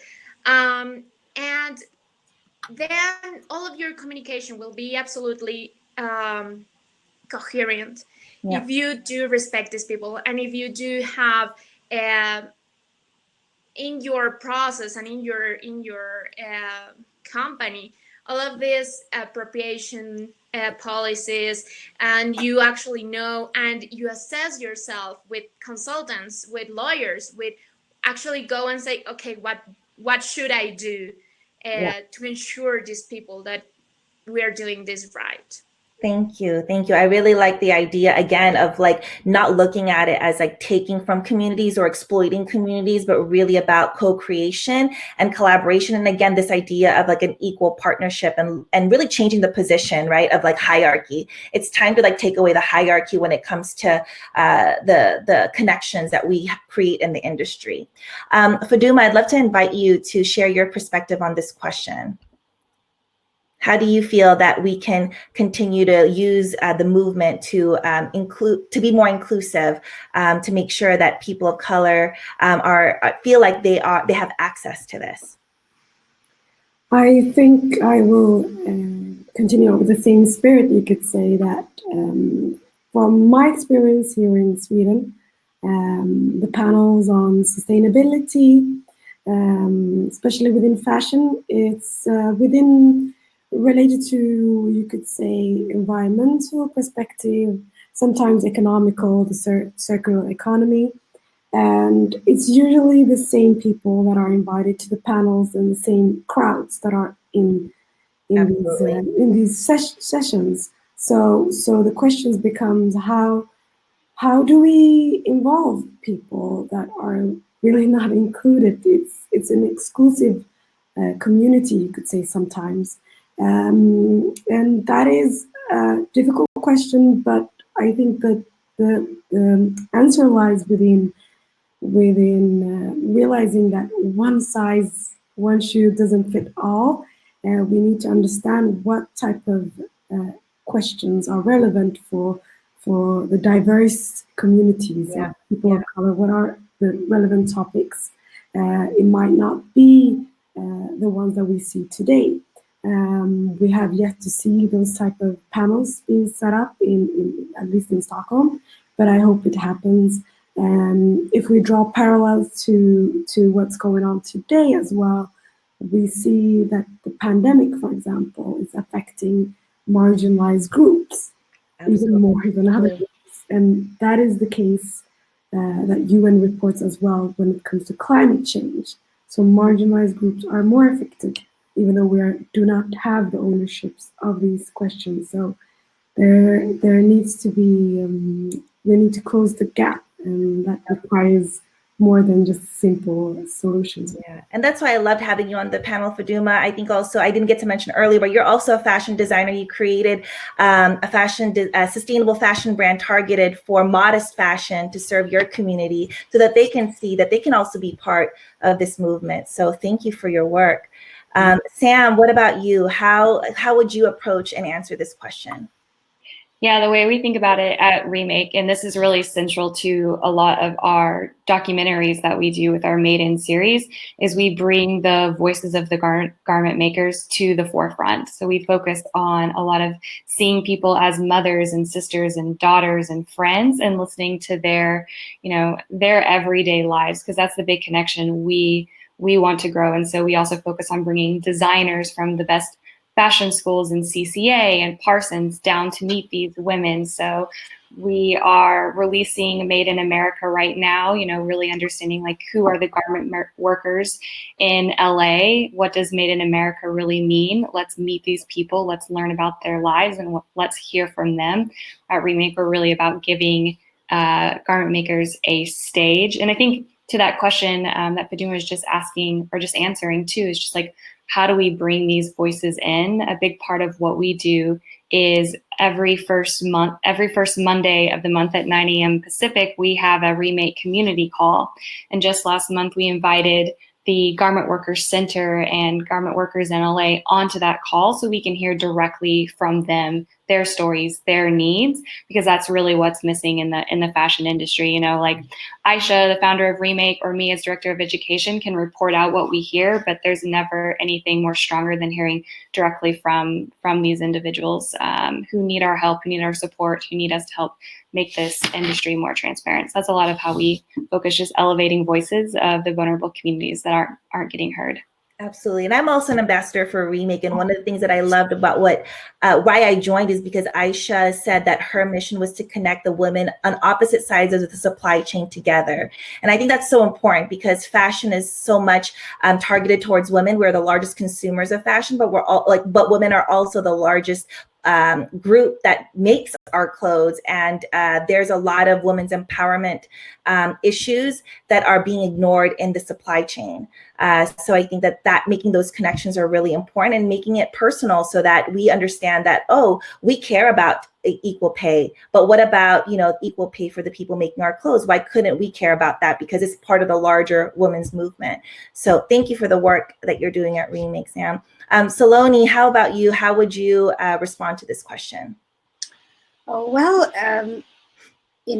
across different conversations, I think one of the important topics for sustainable, sustainability activists or brands have been about diversity, right? And many of you have already mentioned, I think that's something important to have in our space. And as people of color or vulnerable communities, we are already minorities, and to tap on the opportunities, as I was speaking about before, the equitable society, that is very challenging. What we do at Agati, we're working with the artisans who are the vulnerable communities in current coronavirus times. They are being very badly hit with canceled trade shows where most of their orders get sold, where people devalue and do not respect their work, which is generations of work, just because they do not sit in a fancy office or glassed room. That lack of respect is also a very big challenge that we see. So what I feel, and something that I feel has worked also, is being on ground and connecting the consumers who also has no information, and bringing the information from the artisans, from being on ground and explaining and giving whatever you're making, whether it's apparel or home goods or shoes, anything, giving the information. I think this transfer of knowledge of what the vulnerable communities are about, their stories, I think that connects at a much more human level when people know about it. At the other side, for example, the West, in the West, where the consumers, the developed, state of affairs are, and whereas manufacturing hub based in Asia, that's where the production hub is. And as the amazing work Remake is doing in bringing all about the information from different parts of the world to where the consumer is based, I feel the vulnerable communities will definitely benefit from this transfer of knowledge. What Faduma mentioned, that respect is so important. And being on ground, we organized a tour, a non-profit tour, and took some of our clients from this side of the world to India, different cities where they saw, they interacted, and they met these artisans. The lack of the barrier in language, but still some form of communication was so beautiful. And yes, these are small things, but it will lead to a very big difference in bringing about a positive impact for these communities. Thank you, ladies, so much. We're running a little bit out of time on our panel, but I would love to also actually address. I'm missing a question here, but there was supposed to be another question that's on the slide. You touched on it earlier, Saloni, about canceled orders, and I want to give an opportunity for you and Sam to talk about the Pay Up campaign. What is a Pay Up campaign, and how can people participate? Yeah, I can go first. And it was a great tie to what was talked about in the session earlier around digital activism. Right now, the Pay Up campaign is a petition on the Change.org platform. You can also go to it on remake.world. And on March 30th, right when we heard that brands were starting to cancel orders, we heard from our partners in Bangladesh, from the Workers' Right Consortium. We rallied together, made a target list of around 24 brands, and began petitioning to them. Today, we have over 10,000 signatures. So there are actions you can take today, right now, that make a difference. Since then, over 13 brands have promised to pay for their orders, and we'll be petitioning these brands until they really commit. Right now, it's about driving awareness, showing that we care as consumers, as people who love fashion, that we care about what's happening to the garment makers, and that, you know, this risk can't sit solely on the people who make our clothes, that brands need to carry this cost risk as well. And yeah. I was going to ask you, Sam, if you can, when you are done with the panel, maybe you can share that link on the chat box so people know where to find it. But if you are online now, you can check it out on remake.world, as well as follow the hashtag #PayUp. I know that I myself got a chance to, I got to participate, but also there's a couple of funds, emergency funds for garment workers that we can all contribute to, so that you know, the people who are losing work and who are losing their paychecks can have a little bit of relief. As we wrap up, I just want to invite you ladies, maybe just really quickly, to just say, like, in just one sentence, which one of the UN Sustainable Development Goals do you address in your own work? Let's start with Balin.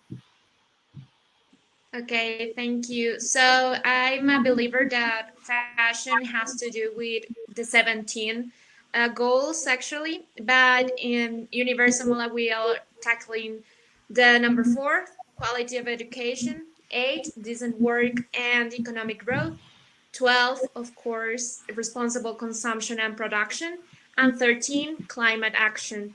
I think those are the main ones that through our work, either educational, with our designers, and actually with the whole chain of production, we are tackling right away. Thank you. Okay, Saloni, please go next. Actually, if I could just for a few seconds add something to the Pay Up campaign. Sure. I think, you know, as a fashion industry, we are continuously trying to, we have to continue to evolve into being more responsible and conscious. And I was just listening to Claire Press Wardrobe Crisis podcast, and there are, you know, some like very, you know, very sad facts that bring out even from factory owners about what's happening. So I would really urge everyone to listen, and everyone's signature, you know, like how Sam mentioned, everyone's signature makes a difference, because from, you know, 1 billion not being paid, now there are companies, you know, with this shout out from the public, they are paying now. There's been a movement, and yeah, that makes this voice makes a difference. So I just wanted to add to that. In terms of the sustainability goals, I think one of our main key ones is the responsible consumption and production. We've always been big on, you know, buy less, buy well, and tackling the problem of mindless, endless consumption. So not just focusing, you know, while Agati creates these capsules, not just focusing on making it environmental friendly, but also artisanal, because everything that is handmade, it is soulful. And when that value, the beauty of it transfers to the wearer, to the consumer, they understand and they value it. So I feel like, you know, we are practicing slow fashion in not following trends, not getting beaten by the number of seasons, and just being very responsible in how we produce it, with whom we produce it, and just, you know, letting our audience, our community stay far away from mindless, endless consumption. Thank you. All right, Sam, how about you? And just, you know, quick wrap up of what UN SDG goal you address in your work. I don't know if my... Oh, we lost Sam, but that's okay. We'll come back to Sam. Maybe she can reconnect. Faduma, take this question on. Yes, absolutely. You could say it's very clear. I work mostly with reducing inequalities, which is goal number 10, and also within sustainable cities and communities, which is goal number 11. And I've seen, I do this by working alongside companies and consulting them. And I've seen there's interest even more because of the pandemic now, that companies are looking to ask, what can we do for the society? How can we start our work within sustainability? So yeah, that's what I would. Thank you so much. And thank you all, ladies, for joining. Sam, looks like there might be some technical issues, so we're just going to go ahead and move forward. But if you want to learn more about our panelists, please take a screenshot now of their social media handles. You can see it right here on the screen. Keep in touch with them and make sure you participate in the Pay Up campaign if you can. All right. And then again, thank you for joining us here on SFSFWI. We have our third panel coming up next with Sandra about policies and legislation. And if you have been enjoying the panel so far, we warmly invite you to take part in our movement, support us, and contribute so that we can continue pushing this movement forward. You can see the contribution button on the chat box. And again, thank you all, ladies, from joining in from Latin America, from Sweden, and from San Francisco today. And we'll see you again later. Thank you. Thank you. Have a great weekend. Thank you. Thanks. From the high street to haute couture, fashion is a $1.3 trillion industry, but it comes with a hefty environmental price tag. Cotton production is being blamed for depleting water sources and contaminating the environment with pesticides. Chemical waste from clothes manufacturing has devastated rivers in Asia, and some estimates suggest the fashion industry is on course to create a quarter of projected global carbon emissions by 2050. If you take design, a lot of it is take, make, dispose. But there's another looming threat for the fashion industry, and it's going to put clothing materials under the microscope like never before.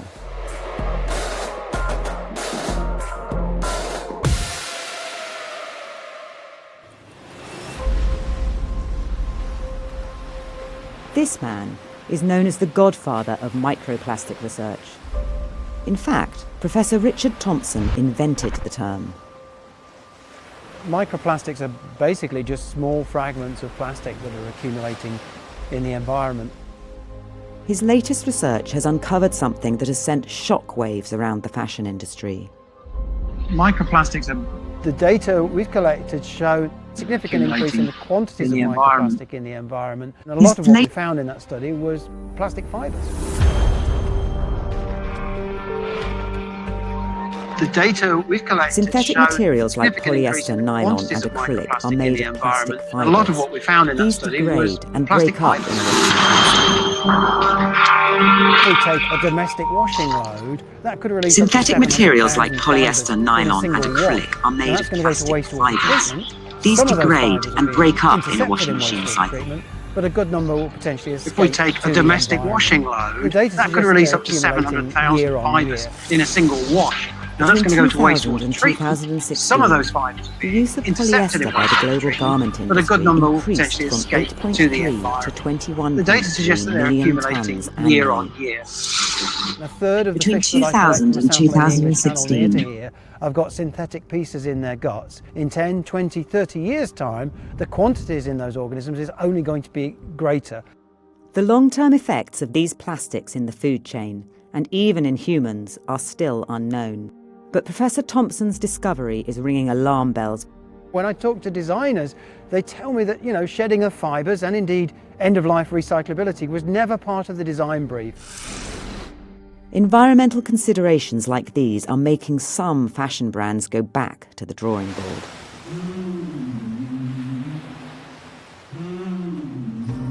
Tom Kay has spent his life around the ocean. In 2003, he launched a brand that creates functional and sustainable products for those that share a love of the sea. His company is experimenting with different design processes in order to lessen its environmental impact. If you take design, a lot of it at the minute is take, make, dispose. And that is totally unsustainable. We really have to address the root of the problem, and that's really designing out harmful fibres, harmful fabrics, harmful processes. The company use only organic cotton. It's developed a recycled polyester insulation for jackets and has created its very own wetsuit recycling program. Polyester, you can take it back and recycle it time and time again. Finisterre's design team has also returned to one of the oldest materials known to man. This is really nice. I actually really love it in the navy. Yeah. We've been big fans of wool since we started. It's a great fibre, it's a natural fibre, it's biodegradable, it's fully traceable. Finisterre is one of 2,700 B Corp approved companies. Members, spanning many industries, are assessed on their environmental performance and have a legally binding commitment to put sustainability before profit. It isn't a done deal. We worked 15 years to deliver this. It's something we work at every day to kind of improve on and get better at.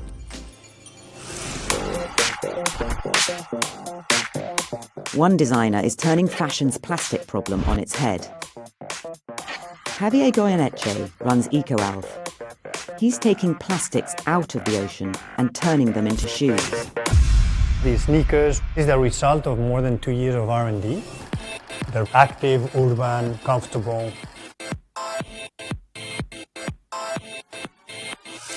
All the upper is made from 100% plastic bottles from the bottom of the ocean. The outsole is made from algae.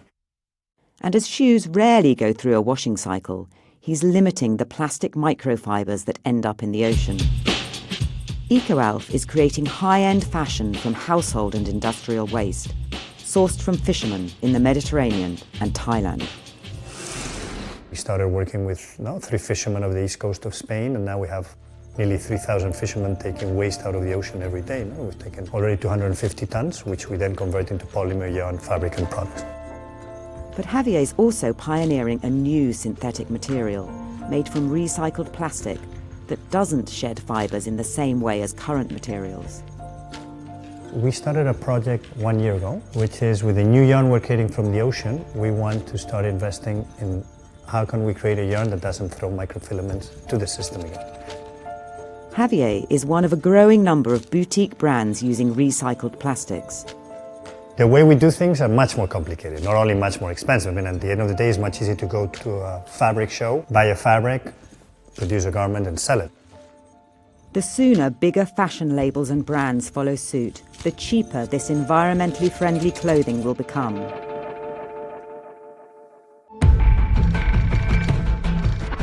There are few laws regulating the use of synthetic materials in the fashion industry. Well, of course I'm concerned about the natural environment. I'm a marine biologist that works in marine habitats. Microplastics are persistent, and we know that they're accumulating, and we know that we're finding marine life encountering them on a regular basis. More research is needed into the potential harm caused by microplastics. But their very presence in the natural environment poses serious concerns and challenges for the fashion industry. Can businesses accused of putting style over substance get to grip with the materials they're using and the impact they may be having on the planet?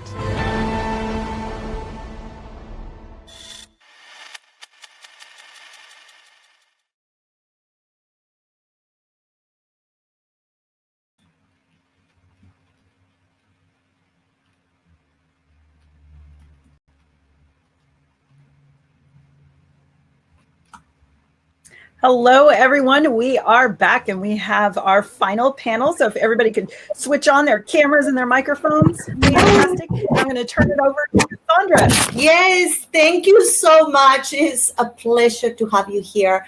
All of you around the world, thank you for staying with us and to have an interest in learning more about sustainable fashion. So as a citizen, we don't really think every single day about legislations or what policymaking are brewing somewhere in the state of California. And for that, I have the experts here with us. So welcome. And I'm going to introduce each of you. We are going to start with Dr. Joanne Brush, and she is a project manager for the California Product Stewardship Council. And next is Catherine Wilkins, and she is a scientist. Welcome. She's a scientist at the Cal Recycle. That's right, Cal Recycle from the state of California as well. And next we have our friend, and we support you very much throughout the years, Assembly Member David Chu. and he represents the 17th district in San Francisco at the Assembly, at the California Assembly legislators. So all of you, welcome. I would like to who would like to start and say a little bit about yourselves? Well, I can start since you introduced me first. So again, my name is Joanne Brash. I do work for a nonprofit, the California Product Stewardship Council. I also lecture at UC Davis in the Department of Textiles. My research is in supply chain sustainability and zero waste strategies for large industrial systems. My work at CPSC has gotten me involved in policy and legislation. And again, that's what brought me here today. So thank you, everyone. And thank you, Sandra, for inviting me. Absolutely. Thank you for being here. Catherine?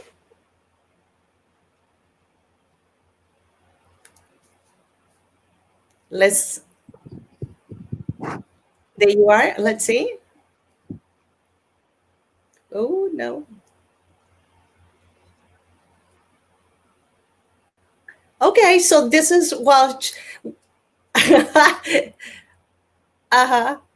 Okay, so we have problems, technical problems with Catherine. She'll be back. And let me tell you that as much as we are very well advanced in technology, things are not 100% perfect. And that is okay. It makes us human, right? We're dealing with what is in front of us, and we are here to connect with you. So let's see. Catherine, do you have sound? No. Let's move on to Assembly Member David Chu. Welcome. Thank you. Can you hear me? Yes, I can. Okay. Hello, everyone. I'm David Chu, and I'm honored to represent San Francisco in the California State Legislature. And I think by virtue of the fact that I'm a politician, I'm clearly the least fashionable person involved in this conference anywhere. I am so sad we're not all meeting in person. Last year, I had the chance to welcome so many folks from around the world, and we had all hoped to do so again this year. And hopefully we'll be able to sometime soon in the future, but I hope everyone is healthy and safe and well.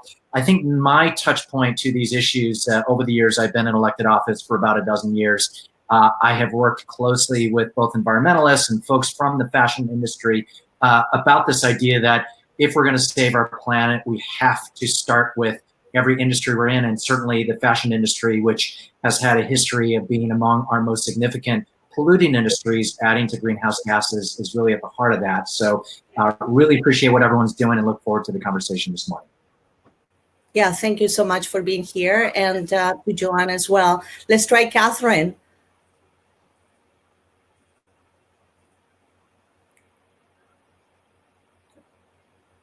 Maybe without the Sandra, we're gonna try to take Catherine out and bring her back in. So Perfect. We're gonna go ahead and attempt that and get the audio cleared up. So we'll see if that works. Mm-hmm. Okay, very good. So we'll talk to you shortly. Absolutely. So thank you so much again. And if you would like to write your questions, as we say here, we are going to pose the questions, not the questions, but the questions for our panelists, of course. And then you can write your questions on the chat, and then Athena will gather them at the end, and so we can just move forward with these conversations that we're going to have. Okay, very good. Let me tell you that it's just something that worries me a lot, and it is the chemicals that we are exposed on a day-to-day. And especially coming to when we talk about textiles, the textile industry, everything that we touch, that we wear, everything has an amount of chemicals that is alarming. And I wonder, so throughout all of this, one of my main passions and commitment has been to inform people of what is it that we need to look out for. What is it that, to really inform them, in this case, inform them about what you do on a day-to-day basis, and for us to see how can we at the end really support your initiatives or the initiatives that other groups are coming forward with, and then coming together as one community. Because if we start just leaving the work or the hard work to someone else, it's just separating the community, which is a global community, for the future that matters to all of us, the future of the planet. So let's get started, and we are going to wait for whenever Catherine comes back. We'll give her a moment. So let's start with, how could government policy play a role in creating and enforcing the law by banning harmful chemicals when manufacturing products for people? And Mr. Chu, can we start with you on this one? Sure. This is obviously a central question to the whole conversation. And I would say theoretically, government should be playing a significant role in enforcing the law and banning harmful chemicals. But the reality that we all know is oftentimes the politicians don't do what is right. And I think it's fair to say, with all due respect to anyone who may represent the chemical industry has been incredibly successful at blocking outright bans or other or attempts by many of us who are progressive and environmental lawmakers to phase these products out. But there have been some successes, and I'll just mention one. So about 10 years ago, I was approached by literally hundreds of advocates for the nail salon industry. And in particular, the fact that we have workers who are exposed every single day, workers and customers who are exposed to what is known as the so-called toxic trio. So there are 3 chemicals that are incredibly harmful that we know cause cancer, allergies, respiratory difficulties, neurological difficulties, reproductive harm, dibutyl phthalate, toluene, and then formaldehyde for all of you who dissected frogs in high school biology. When you walk into a typical nail salon, you smell chemicals that are just not good for you. Yet, despite best efforts, workers have not been able to push the industry to substitute non-toxic, healthy chemicals that we know can actually be just as stylish, just as long-lasting, but for whatever reason, the chemical industry hasn't even moved there. And I should mention, they're also about as inexpensive. So advocates came to me about a decade ago when I was the president of the city council in San Francisco and asked me, rather than trying to ban these chemicals, can we create a positive incentive for nail salons that use good chemicals? And what we ended up doing was we wrote the first local law in the country, which then became a state standard in California, is now becoming a national conversation in the country, that essentially incensed healthy nail salons. We set standards and said, if you don't use these chemicals and you treat your workers well, and if you have certain health conditions in your workplace, we will give you a good housekeeping seal of approval on your nail salon, so that consumers know, go to this nail salon because they're doing a better job than others. So rather than trying to ban something, we're using a carrot approach as opposed to a stick approach. So that's worked. But that being said, I can tell you there are dozens of fights that we have just in our legislature every year, trying to ban all the sorts of bad products we're talking about, and oftentimes we lose those. And so building this movement, and in particular having your industry, a sustainable fashion industry, really driving change from the industry standpoint is so incredibly important for all of us. Yeah, really great. We use nail salons, and really when we step in, we really don't know that just by smelling something, the molecules of that smell is affecting your body, your whatever it is that it's around you, you just breathing everything.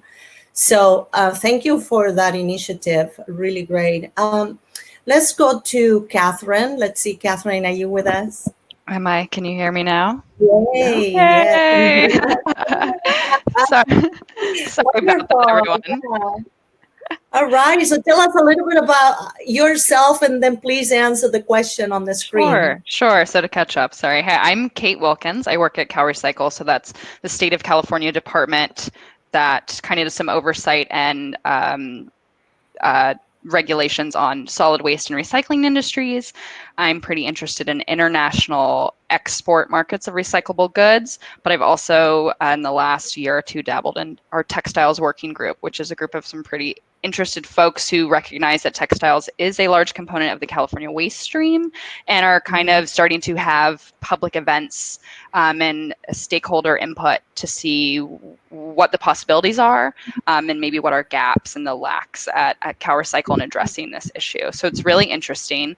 And this question, and I like what the assembly member said, and I probably can't be as detailed in an answer about this. What I initially thought of that I've seen a lot of and heard a lot of talk about while working at the state is the idea of better labeling and transparency as also a way where it's not a ban perhaps, but really creating more transparency where it's very easy for people to find out what is in either garments or cosmetics, and also where they can trace that back is really more that carrot model of how to incentivize not using harmful chemicals, and say ethical manufacturing practices. So that's kind of what I originally thought of for this question, and something that we've heard a lot of from industry partners.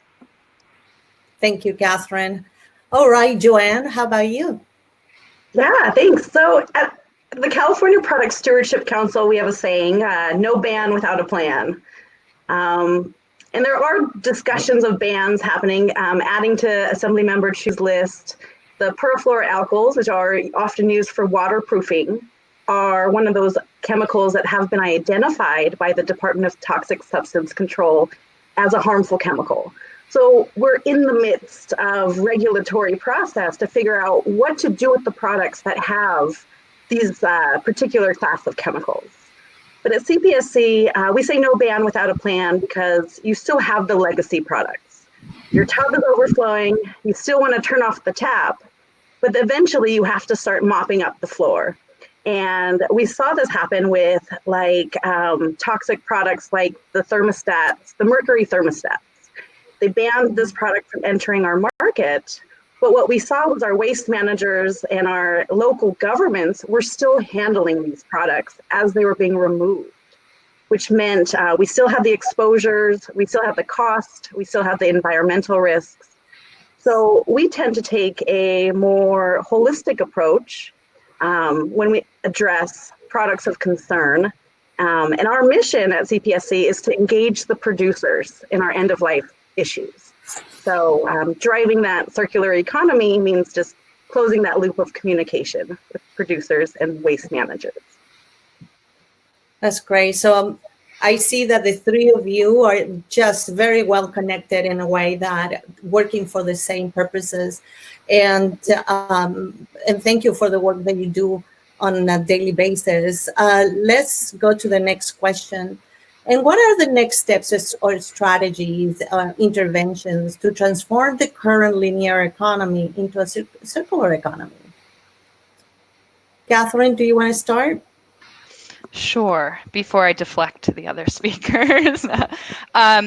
Next steps. I mean, this is a huge question, and I mean, super interesting. And again, I'm just going to kind of echo some of we had a great workshop about textiles at CalRecycle in December, where I think we learned a lot.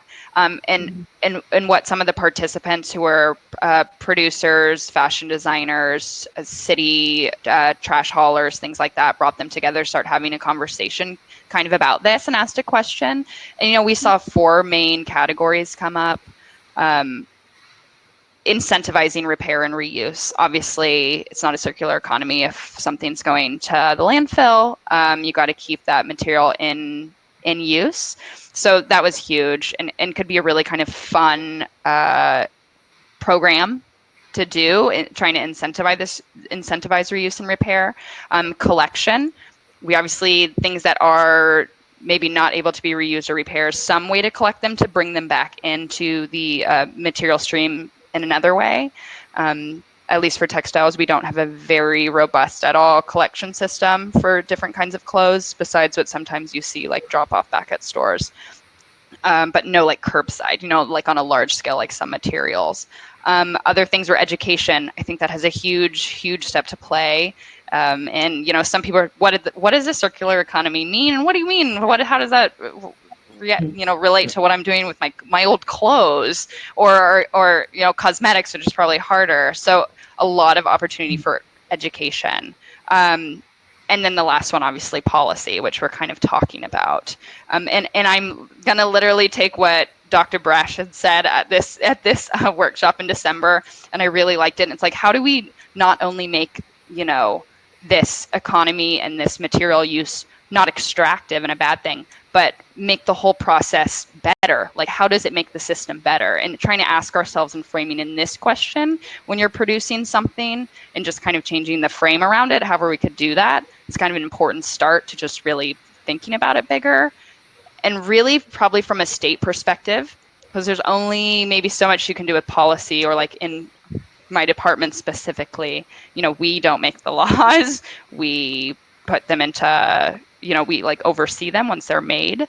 Public-private partnerships could be really, really important, because all the research and development and really cool innovation going on is amazing. And that's something that ideally the public sector could support. And then we could really kind of move the needle on this question and go into a circular economy.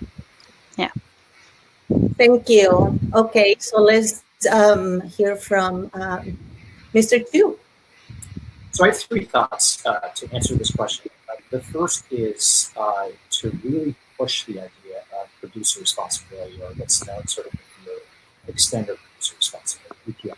And that is the idea that if you are making a product, you should bear the costs of the environmental impact of that product. So if you're making a computer and your computer gets discarded after 5 years, or a cell phone, that cost to the planet forever should somehow be incorporated in the product. And the same should apply to fashion, right? So we all know that in recent years, the big trend is fast fashion, low cost products, low price products. People wear them for a season, and they get tossed. That we need to think as an economy, but working with governments, how do we disincent that? And how do we really require the manufacturers, the producers of those products, to bake into the product? So that is one thought. This is a conversation that's been a difficult one, but I think one that's gaining traction. The second thing I think we have to think about is, how do we think about just different corporate models to really take this into? And in the video we just watched, there's a reference to B corporations, or benefit corporations. The idea that companies that are only focused on the sole bottom line of profit are not the long-term model that is going to create a sustainable. Benefit corporations are companies that have what are known as double or triple bottom lines, where we measure the value of the company based on whether it's thinking about things beyond the money it's making today. In San Francisco, years ago, I legislated the first set of contracting benefits for benefit corporations of the state of California. We've been looking at different ways to use tax incentives and others to support one type of corporate structure over another. This conversation is now happening in Washington, D.C., hopefully happening around the world, but that's something I think we have to think about as well. The third thing I would just propose, really pose to everyone watching this, is around consumer power and industry power. And I will say to those of you who are industry leaders, you have an amazing opportunity, if you band together, to be the conscience of your community and your industry and really drive changes from within. And oftentimes, politicians and policymakers, we see what's happening and we say, bad industry, why do you keep polluting? And it's a classic fight between, say, government and polluting industries. The best way to move change is if you can point to industry players who are driving environmental change from within. And we say, those are the good guys within your industry. We want to support you with tax policies, with environmental policies, with consumer policies, and give you a leg up in the competition, in the competitive marketplace, over your opponents in the marketplace who are polluting. That's how you create a dynamic that's going to work. And if you create consumers willing to buy your products, that's how we win. So I think it's a variety of things. Look forward to the continued discussion. Yeah, thank you so much. Let's move to the next question, as our time is running a little bit short. How could government policy play a role in reducing textile waste? And how about lifting tax penalties and give tax incentive to those producing chemical-free products? Who would like to start? I guess I could go since I didn't get a chance at the last one, but all questions are pretty similar. And Assembly Member Chu is really singing our song, which is the mission of CPSC since 2007, which is producer responsibility. So when we look at all the various problems, whether it's waste, chemicals, microfibers, getting the producers involved at that end of life and kind of closing the loop is really the best type of intervention, is getting all the stakeholders involved. And I also echo what my panelists were saying, that it's easier and better to incentivize than it is to penalize. So there are different ways that we can promote the B corporations and incentivize products that are using recycled content, chemical free, through local, state, and federal policies. We see the conversation happening at all three levels, but I must give a lot of props to California, specifically to San Francisco, really just pushing the bar and leading the way for the nation. All right, Catherine. Oh, Mr. Chu, go ahead. Mentioned sort of two quick things. So, we've been blessed in San Francisco and California with our progressive politics to move forward on things, and as the fifth largest economy in the world, there are certain things that we can move forward, but it's so important for this movement to be reinforced around the world. And so for those of you who are watching, please feel free to reach out to any of us and how we can partner with you in making that happen. A lot of this is about educating. So politicians don't like to talk about taxes. They're not very popular. People don't like to talk about tax penalties. I agree that people like to talk about tax incentives. The problem with tax incentives is they cost money, and money is scarce, particularly now in a post-coronavirus. And so a lot of this, if we're going to move forward on this, I would suggest sort of two things. One, we have to do much more public education in what textile waste is all about. I happened to go on your website for this event and did not realize that the typical American consumer throws away 82 pounds of clothing every year, which is insane. But on top of that, so many of these products are wasteful in ways that people just don't think about. So for example, the fact that to make one cotton t-shirt, you need 733 gallons of fresh water. That's bonkers. That's nuts. And yet people don't know that. And so using your voices, communicating to the world, the public, the press, that this is happening, and then partnering with policymakers. All of us are represented here on this video conference to say, I would suggest the following: rather than using taxpayer dollars to give incentives to those who produce chemical-free products, why don't we partner carrot and stick? So say if you are creating t-shirts that are wasting water, you pay a little bit of a penalty, and that penalty is used to pay for a fund that then creates tax incentives to those that are producing chemical-free products. So from the perspective of the public, it is tax neutral, but for the industry, there's an enormous pressure to not do the bad activity and start doing good. These are hard conversations, but we're gonna need to do this if we consider it. Yeah. Polluter pays. That's right. Well, I am not a professional in the fashion industry, but I am someone that is reading, that it's looking here and there. Whatever it's on our website, sfsfwi.org, is you find the information there. And we consumers, or people who buy products, I'd like to say, we need to know more about what's going on, so we can make the very wise and conscious choices. So this is the work, and it is going to take everybody to change and shift the fashion industry into one that is sustainable, transparent, that they don't use our fabulous resources, right? Look at the earth, it's so generous to all of us. And water is already scarce in other parts of the world. So something very serious that we need to consider. Okay, so let's. So Sandra, we do have some questions, but I just want to make sure that you've done what you wanted to do with the panel, and then they had questions about the Sustainable Development Goals. So I know that's our next segment. So just want to give them that info. All right, thank you so much. Okay, so let's move on to the next questions. So briefly, I would like to go through some of the questions to see, so we can cover all of the material that we prepared for today. So what are the conventional fashion's most pressing and challenging environmental issues affecting us today? Catherine. Sure. I would say, obviously, fashion uses an immense, or the production of clothing and textiles produces an immense amount of emissions. It uses a lot of materials and chemicals, and then past the environmental issues, obviously, like the human and social justice issues.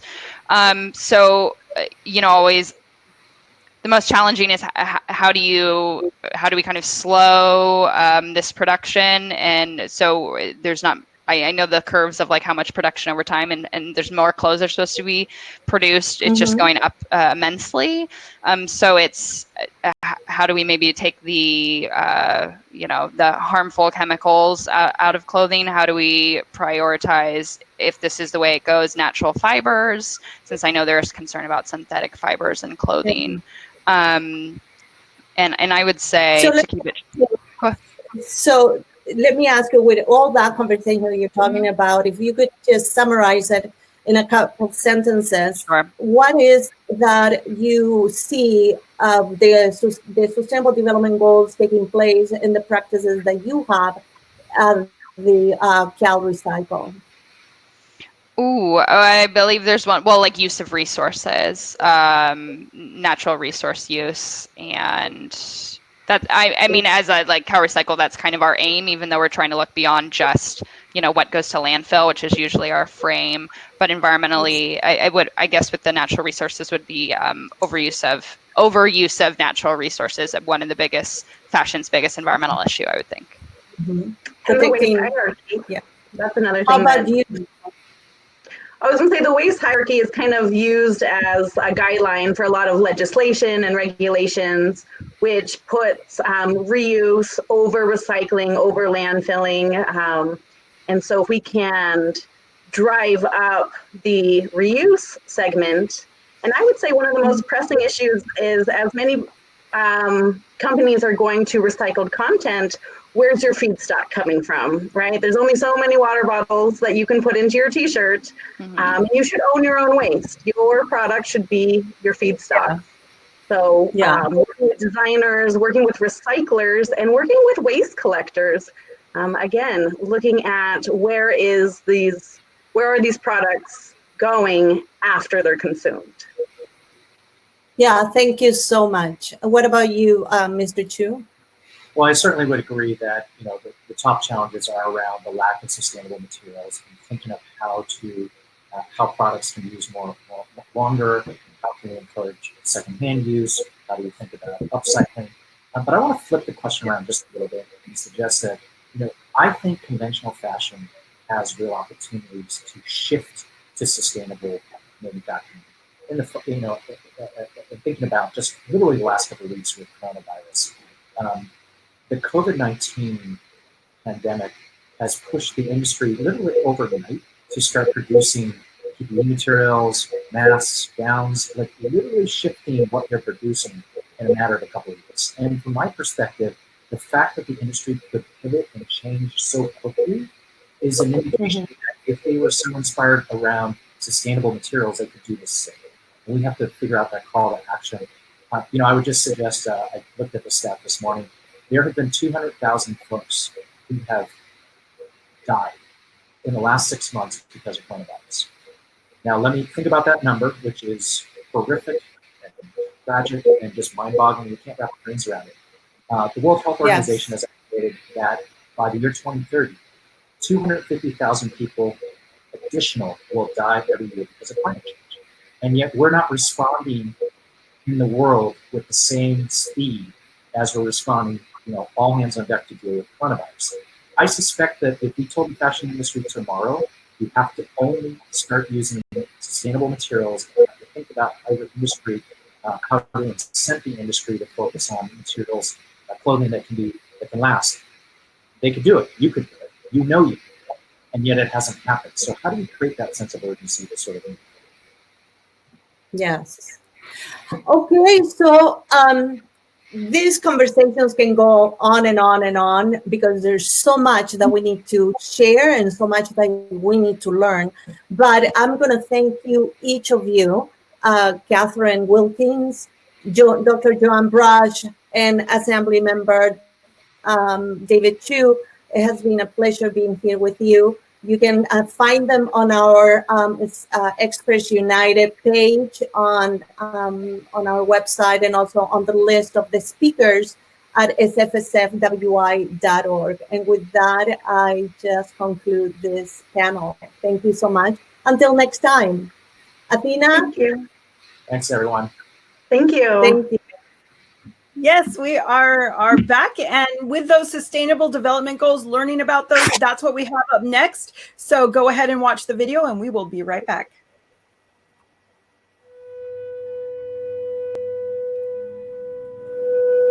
We can be. We must be the first generation To end extreme. We can be. We must be most the first generation. Fight injustice and inequalities. The generation that saves the planet from climate change. And this is how it will get done. The global goals. A 15-year plan For everyone. Everywhere.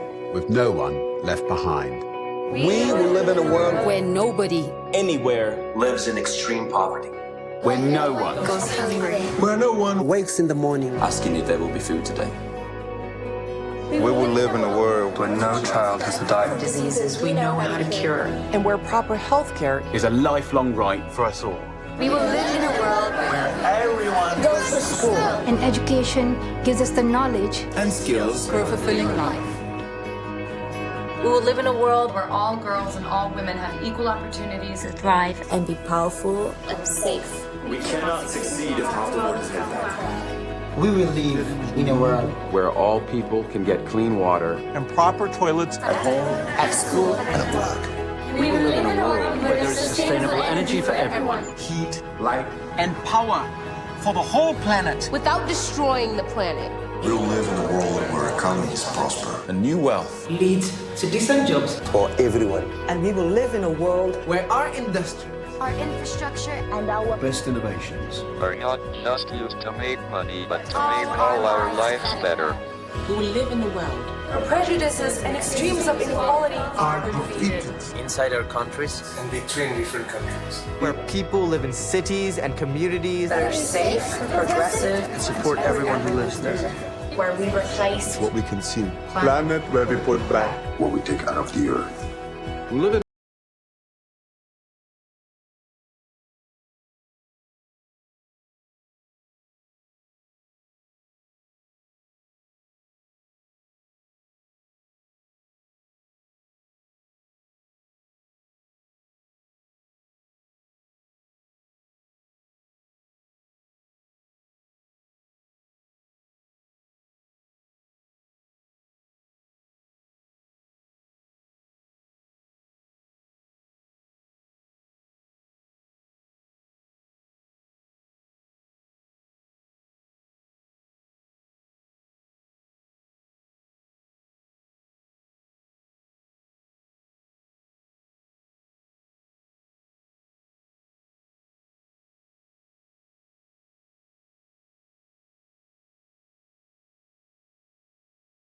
in a world that is decisively rolling back threat climate change. where we restore and protect the life in our oceans and seas.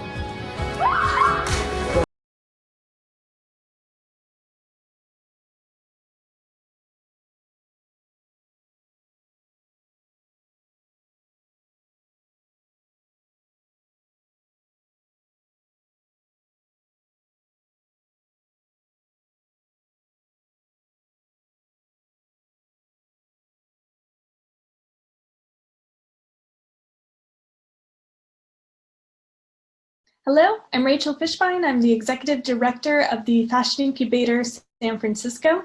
We have a gorgeous studio in downtown San Francisco where emerging brands are designing a better future for their customers and for their workforce. We just started a digital magazine, and because sustainability is so important to us, our first issue includes a feature on 7 local sustainable brands We did a lovely photo shoot with them on the streets of San Francisco. To see this photo shoot and also a behind-the-scenes story of the fashion professionals who volunteered their time to put the photo shoot together, visit our website at fashionincubator.sf.org. Hi, my name is Claire Powers and I'm the founder of Kingdom. We incorporate sustainability at all levels, from materials to packaging to working with ethical factories and indigenous artisans, the latter of which we satisfy up to 15 out of the 17 Sustainable Development Goals. We are so proud of what we do and so happy to be part of this movement and to be part of a new normal that we're going forward with the world. Thank you. Hello, I'm Connie Laswitz, an educator, writer, and consultant in the circular economy of clothing and textiles. My mission and passion is sustainable goal number 12, responsible production and consumption. My focus is actually the overconsumption of clothing. My goal is to empower each of us to understand more about what we wear, what we own, and how we can extend the life of those products. Hi, this is Cher from Alex Magazine, the world's first ever sustainable luxury publication. We publish online daily and quarterly in print. My personal passion is to bring to the public sustainable luxury fashion and beauty that involves zero cruelty to animals. I'm really passionate about animals. You can come visit us anytime at www.alexmagazine.com. Hope to see you soon. Hi, this is Mitsuya Inagaki. Nice to meet you. I'm working for the sustainable textile in the cotton industry. I'm working for the Sustainable Material Institute, that is my NGO, and I've working for the organic cotton issue in India. There are so many child labor in India, and one Japanese NGO working there and change into organic, change into the no child labor village. But there are so many chemicals and pesticides. So I have changed a situation of organic cotton, situation into organic cotton. And I found that the importance of the productivity of the cotton. So I'm introducing the Japanese way of doing into Indian farmers. Bonjour from France. My name is Grażyna Lallemont. I am the co-founder of Free CTV, the innovative international generalist ecology-oriented English-French television channel. Seeing the adverse effects of the fashion industry, pollution, social problems, etc., we at Free CTV promote initiatives such as the San Francisco Sustainable Fashion Week International in line with our ethical considerations and the United Nations Sustainable Development Goals. We'll do our utmost to publicize this crucial subject to inform, educate, and encourage audiences, consumers, and producers to turn to sustainable fashion for their own good and that of the planet. Choose the clothes made from organically grown and biodegradable natural fibers like linen and silk, as I do.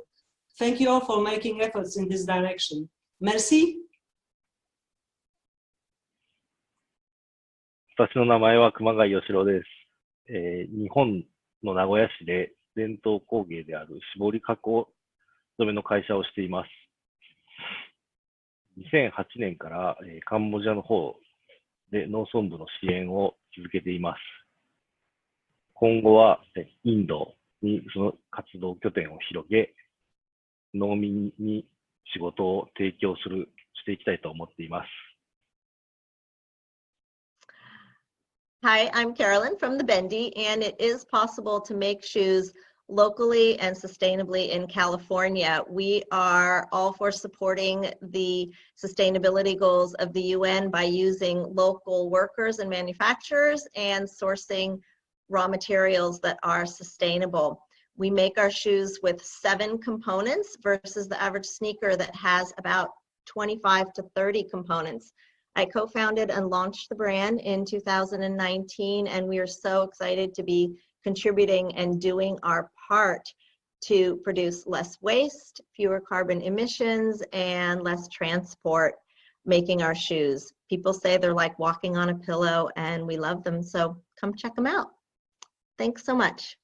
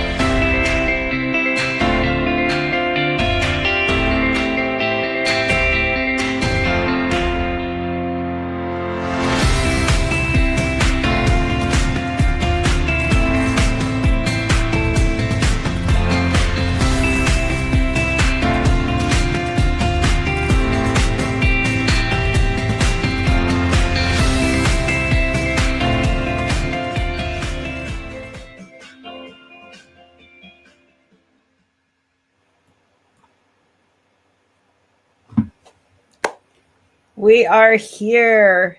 If all the ladies would like to go ahead and put on your cameras and your microphones. Fantastic. Oh, we're back. Woo, we're back. Yeah. Yes, thank you so much, everyone. This has been a feat to bring all these people from all over the world as attendees and as presenters. Just the coordination of that, and all of us on our global team know that it's been quite a thing, and it's been so much fun at the same time. So yes, I'm going to go ahead and turn it over to Sandra, and just stick around because we're actually going to have a little party after the little runway. So It's going to be a lot of fun. You don't have to go anywhere. I'm actually going to redirect you there through the magic of technology. So I'll give it to Sandra for the last closing words. Thank you so much, everyone. From the person who, why am I hearing an echo? Anyway. Oh, it's just the way it is. Or someone has And then, thank you so much again, because the technology that we are experiencing today is completely new for me, completely new for many of us. And so thank you for your patience and understanding for all of the glitches here and there. And thank you, Athena, for managing it all. And it's been fantastic. I would like to say thank you to our supporters. And we have, first of all, Master Movers in San Francisco covering the whole entire California. I would like to thank a Slow Fashion World, RubyVeridiano.com, Boetnica, and Lisette Soto-Rivas Photography, Mola, 3EC TV, and Mateo Guzman Studios. And with that, and of course, to Live to Design for you, Athena, putting it all this webinar.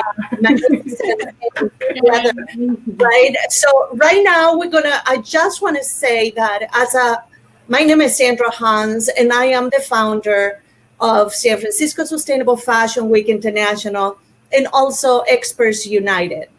With that being said, I would like to give the opportunity to the global team right here in front of us for them to speak a little bit about what is activating communities, because that's really what this program was all about, to activate you so you can come forward educated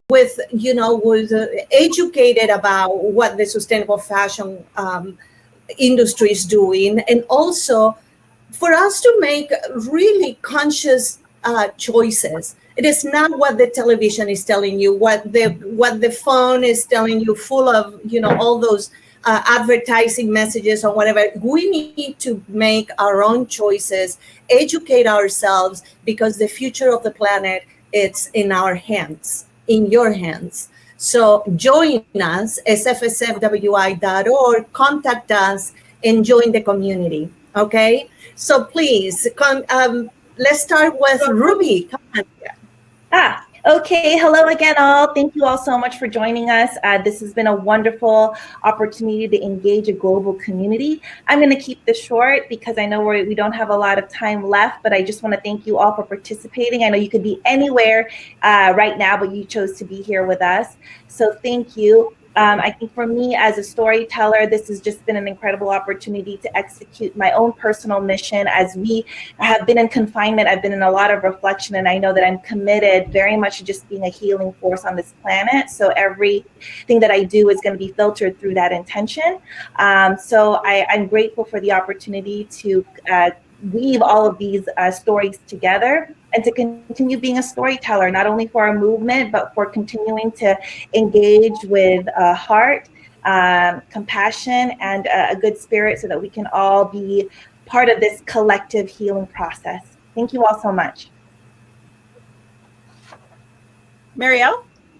Marielle? Thank you so much. For my end, I want to say this has been an incredible ride. In Sweden, we are not in confinement, so I know I have the privilege and motivation to continue working. I love building bridges for activating communities for impact.